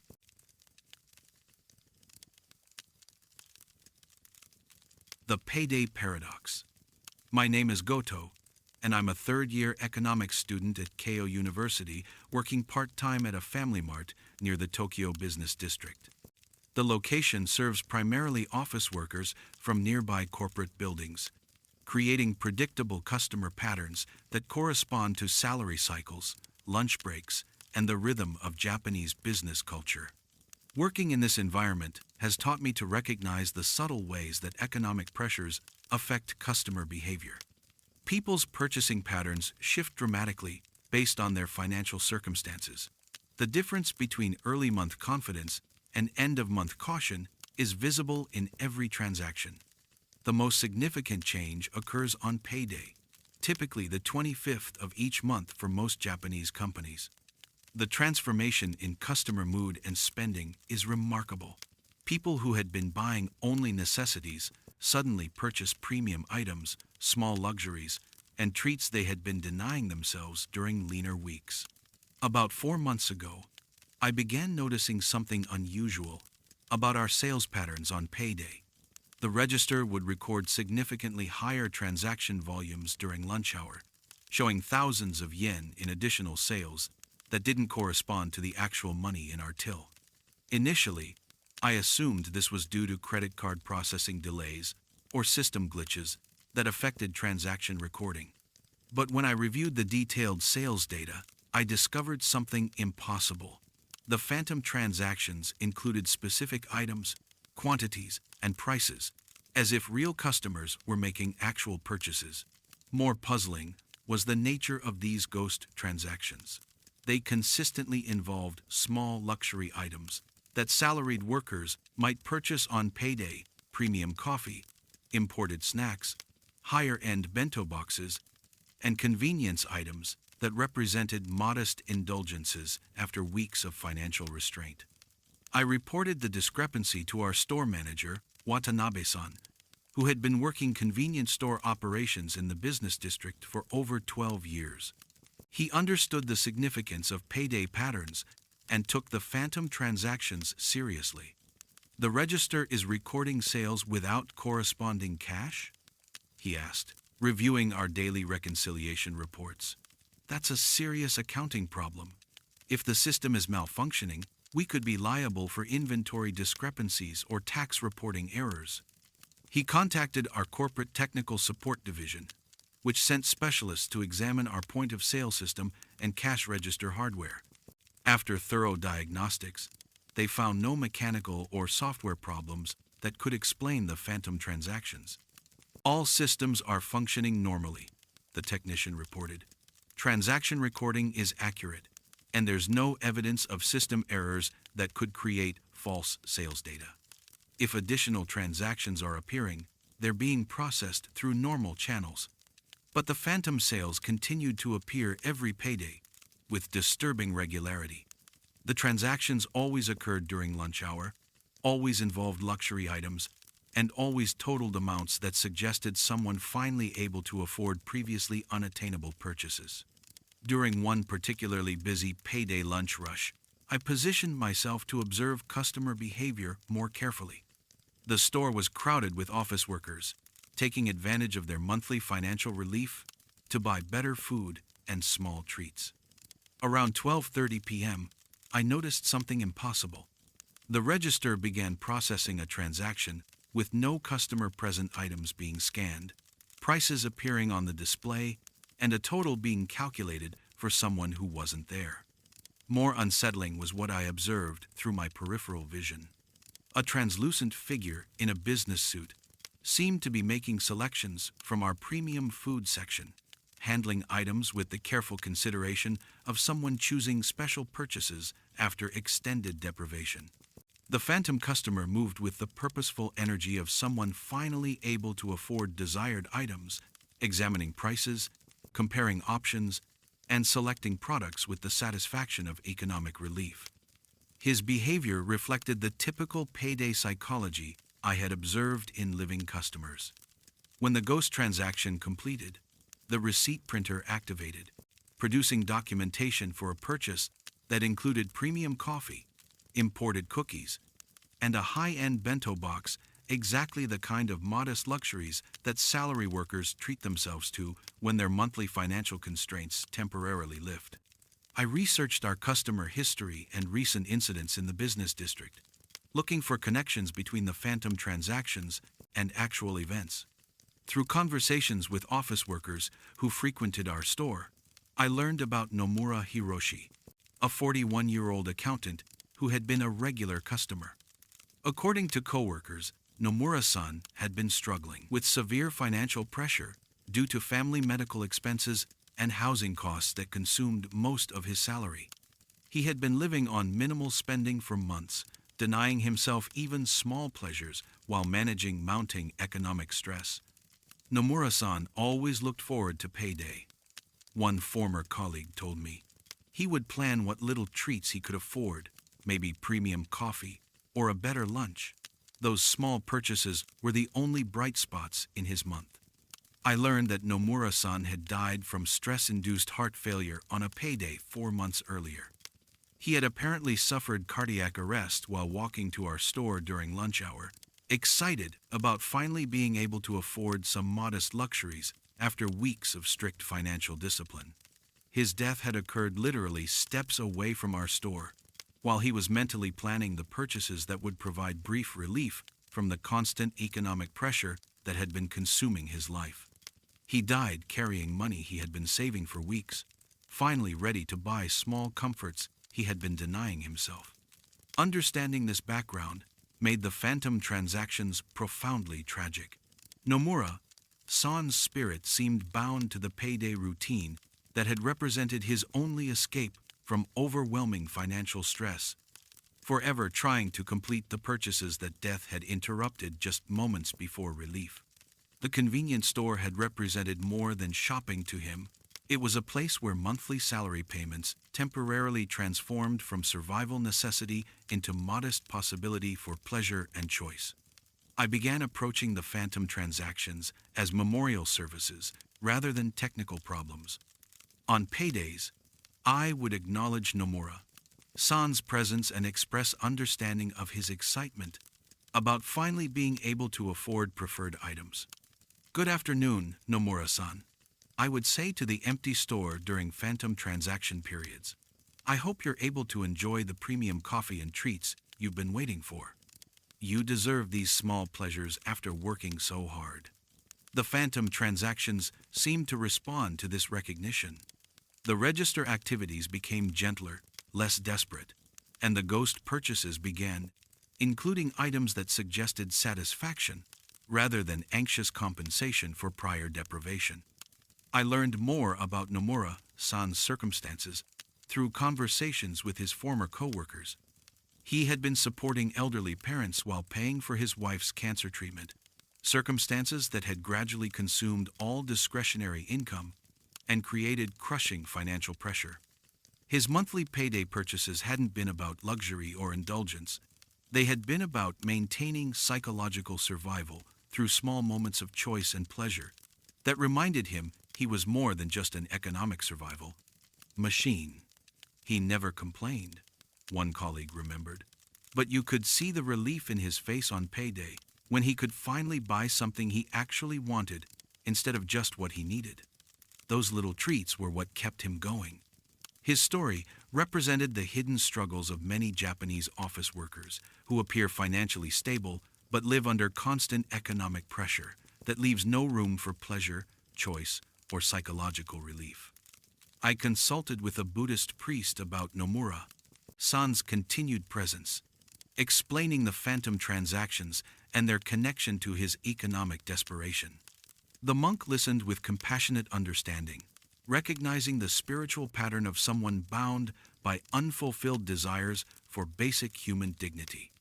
The salaryman's spirit is trapped by incomplete satisfaction, he explained. His economic stress was so overwhelming that death couldn't release him from the desperate need for small comforts. He continues trying to purchase relief that his life never allowed him to fully experience. The priest suggested memorial services focused on acknowledging Nomura-san's financial struggles while providing spiritual abundance that might satisfy his craving for choice and pleasure beyond material limitations. We held a small ceremony at the store during lunch hour on payday, with offerings of premium coffee and imported snacks, the types of items Nomura-san had been hoping to purchase. I spoke directly to his spirit, acknowledging his hard work and expressing hope that he could finally experience the relief and satisfaction that had been denied to him in life. After the memorial service, the Phantom transactions changed in character. Instead of desperate attempts to buy previously unaffordable items, they became more peaceful and ceremonial. The ghost purchases began including items for sharing, as if Nomura-san's spirit was finally able to think beyond his own deprivation. The payday Phantom sales continued, but they felt like celebrations rather than desperate compensations. The transactions included gift items and family treats, suggesting that death had finally freed Nomura-san from the economic pressure that had prevented him from thinking about others' pleasure. Sometimes, during busy payday lunch rushes, I would sense his presence among the living customers, not envious or desperate, but peaceful and satisfied that other workers were able to enjoy the small luxuries that economic circumstances had made impossible for him. His continued presence served as a reminder of how financial stress can consume people's ability to experience joy or choice, reducing human existence to mere economic survival. The phantom transactions represented the persistence of human need for dignity, pleasure, and the simple freedom to choose based on desire rather than necessity. I continue working at the convenience store, serving salary workers whose purchasing patterns reveal their economic circumstances and monthly struggles. When I see customers carefully counting money for small treats or looking relieved to finally afford preferred items, I think about Nomura-san and the importance of economic policies that allow people to live rather than merely survive. The payday phantom transactions taught me that behind every purchase is a human story of constraint, hope, and the fundamental need for moments of choice and pleasure that affirm dignity beyond economic function. Even now, months later, when the register processes ghost transactions on payday, I remember a man who died just steps away from the small luxuries he had been saving for, and whose spirit continues to remind us that economic systems should serve human flourishing rather than reducing people to mere units of financial survival. The phantom sales represent not just supernatural activity, but the persistence of human needs that transcend material limitations, the universal desire for choice, pleasure, and the simple dignity of being able to purchase something because you want it, rather than because you need it to survive.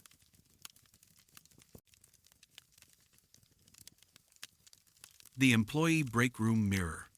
My name is Ishida, and I'm a 19-year-old university student who just started working part-time at a family mart in central Tokyo. The job helps cover my tuition expenses while providing flexible scheduling that works around my class commitments at Waseda University.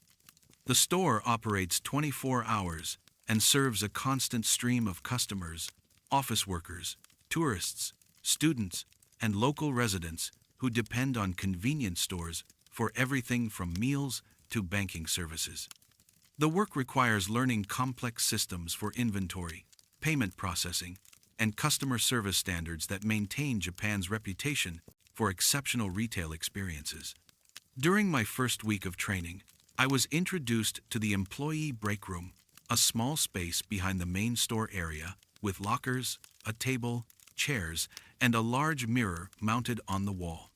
The mirror serves practical purposes, allowing staff to check their appearance before interacting with customers and ensuring uniforms meet corporate presentation standards. My trainer, Sato-san, was an experienced part-time worker who had been at the store for 2 years. She explained the importance of maintaining professional appearance and using the break room mirror to verify that uniforms were properly arranged before beginning shifts. Always check yourself in the mirror before going on the floor, she instructed. Customers notice everything, and our appearance reflects the store's commitment to quality service. During my third day of training, I was using the break room mirror to adjust my uniform when I noticed something unusual. My reflection appeared normal, but in the background, I could see what looked like another employee working behind the counter, despite knowing that I was the only person in that area of the store. The phantom figure appeared to be a woman in her 30s, wearing a Family Mart uniform that looked slightly different from the current design. She moved with practiced efficiency, appearing to serve customers and handle transactions with the fluid motions of someone with extensive experience. Initially, I assumed this was an optical illusion created by the mirror's angle or lighting conditions, but when I turned to look directly at the counter area, no one was there. The phantom worker was only visible through the mirror's reflection. Over the following days, I began observing the break room mirror more carefully during quiet periods. The mysterious employee appeared consistently, always working diligently and maintaining the high service standards that Japanese convenience stores are known for. More unsettling was the way she seemed to mirror my own movements. When I cleaned the counter, she would perform the same cleaning motions. When I restocked shelves, she would arrange products with identical precision. It was as if she was working the same shift in a parallel dimension that could only be observed through the break room mirror. I mentioned the phenomenon to Sato-san, describing the phantom employee I had been seeing in the mirror.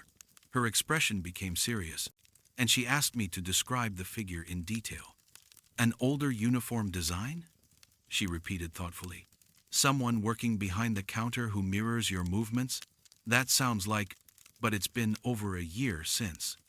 She seemed reluctant to continue, but eventually explained that my description matched Kawamoto-san, a longtime employee who had worked at the store until her death 14 months earlier.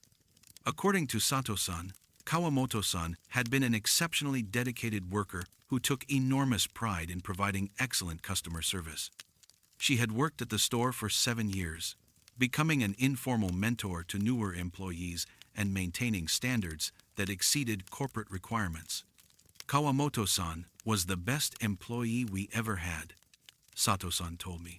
She knew every regular customer's preferences, could handle any situation, and never took sick days. She treated this place like it was her own business. I learned that Kawamoto-san had died from karoshi death from overwork during the previous year's Golden Week holiday period. The extended holiday season had created exceptional customer volume and staffing challenges that required employees to work extended shifts with minimal rest. Kawamoto-san had apparently worked 6 consecutive 14-hour days during Golden Week, handling the intense customer traffic while training seasonal employees and maintaining quality standards. She had suffered fatal cardiac arrest at the store during her 7th consecutive shift, dying while serving customers who found her collapsed behind the counter. She loved this job more than her own health, Sato-san explained sadly. Even when management told her to go home and rest, she would stay to make sure everything was perfect. The work meant everything to her. Understanding this background made the mirror phenomenon deeply poignant. Kawamoto-san's spirit seemed bound to the convenience store work that had defined her identity and provided her life's purpose, continuing to serve customers even after death had ended her physical ability to work. The break room mirror apparently provided a window into a parallel dimension where Kawamoto-san's dedication to customer service continued uninterrupted.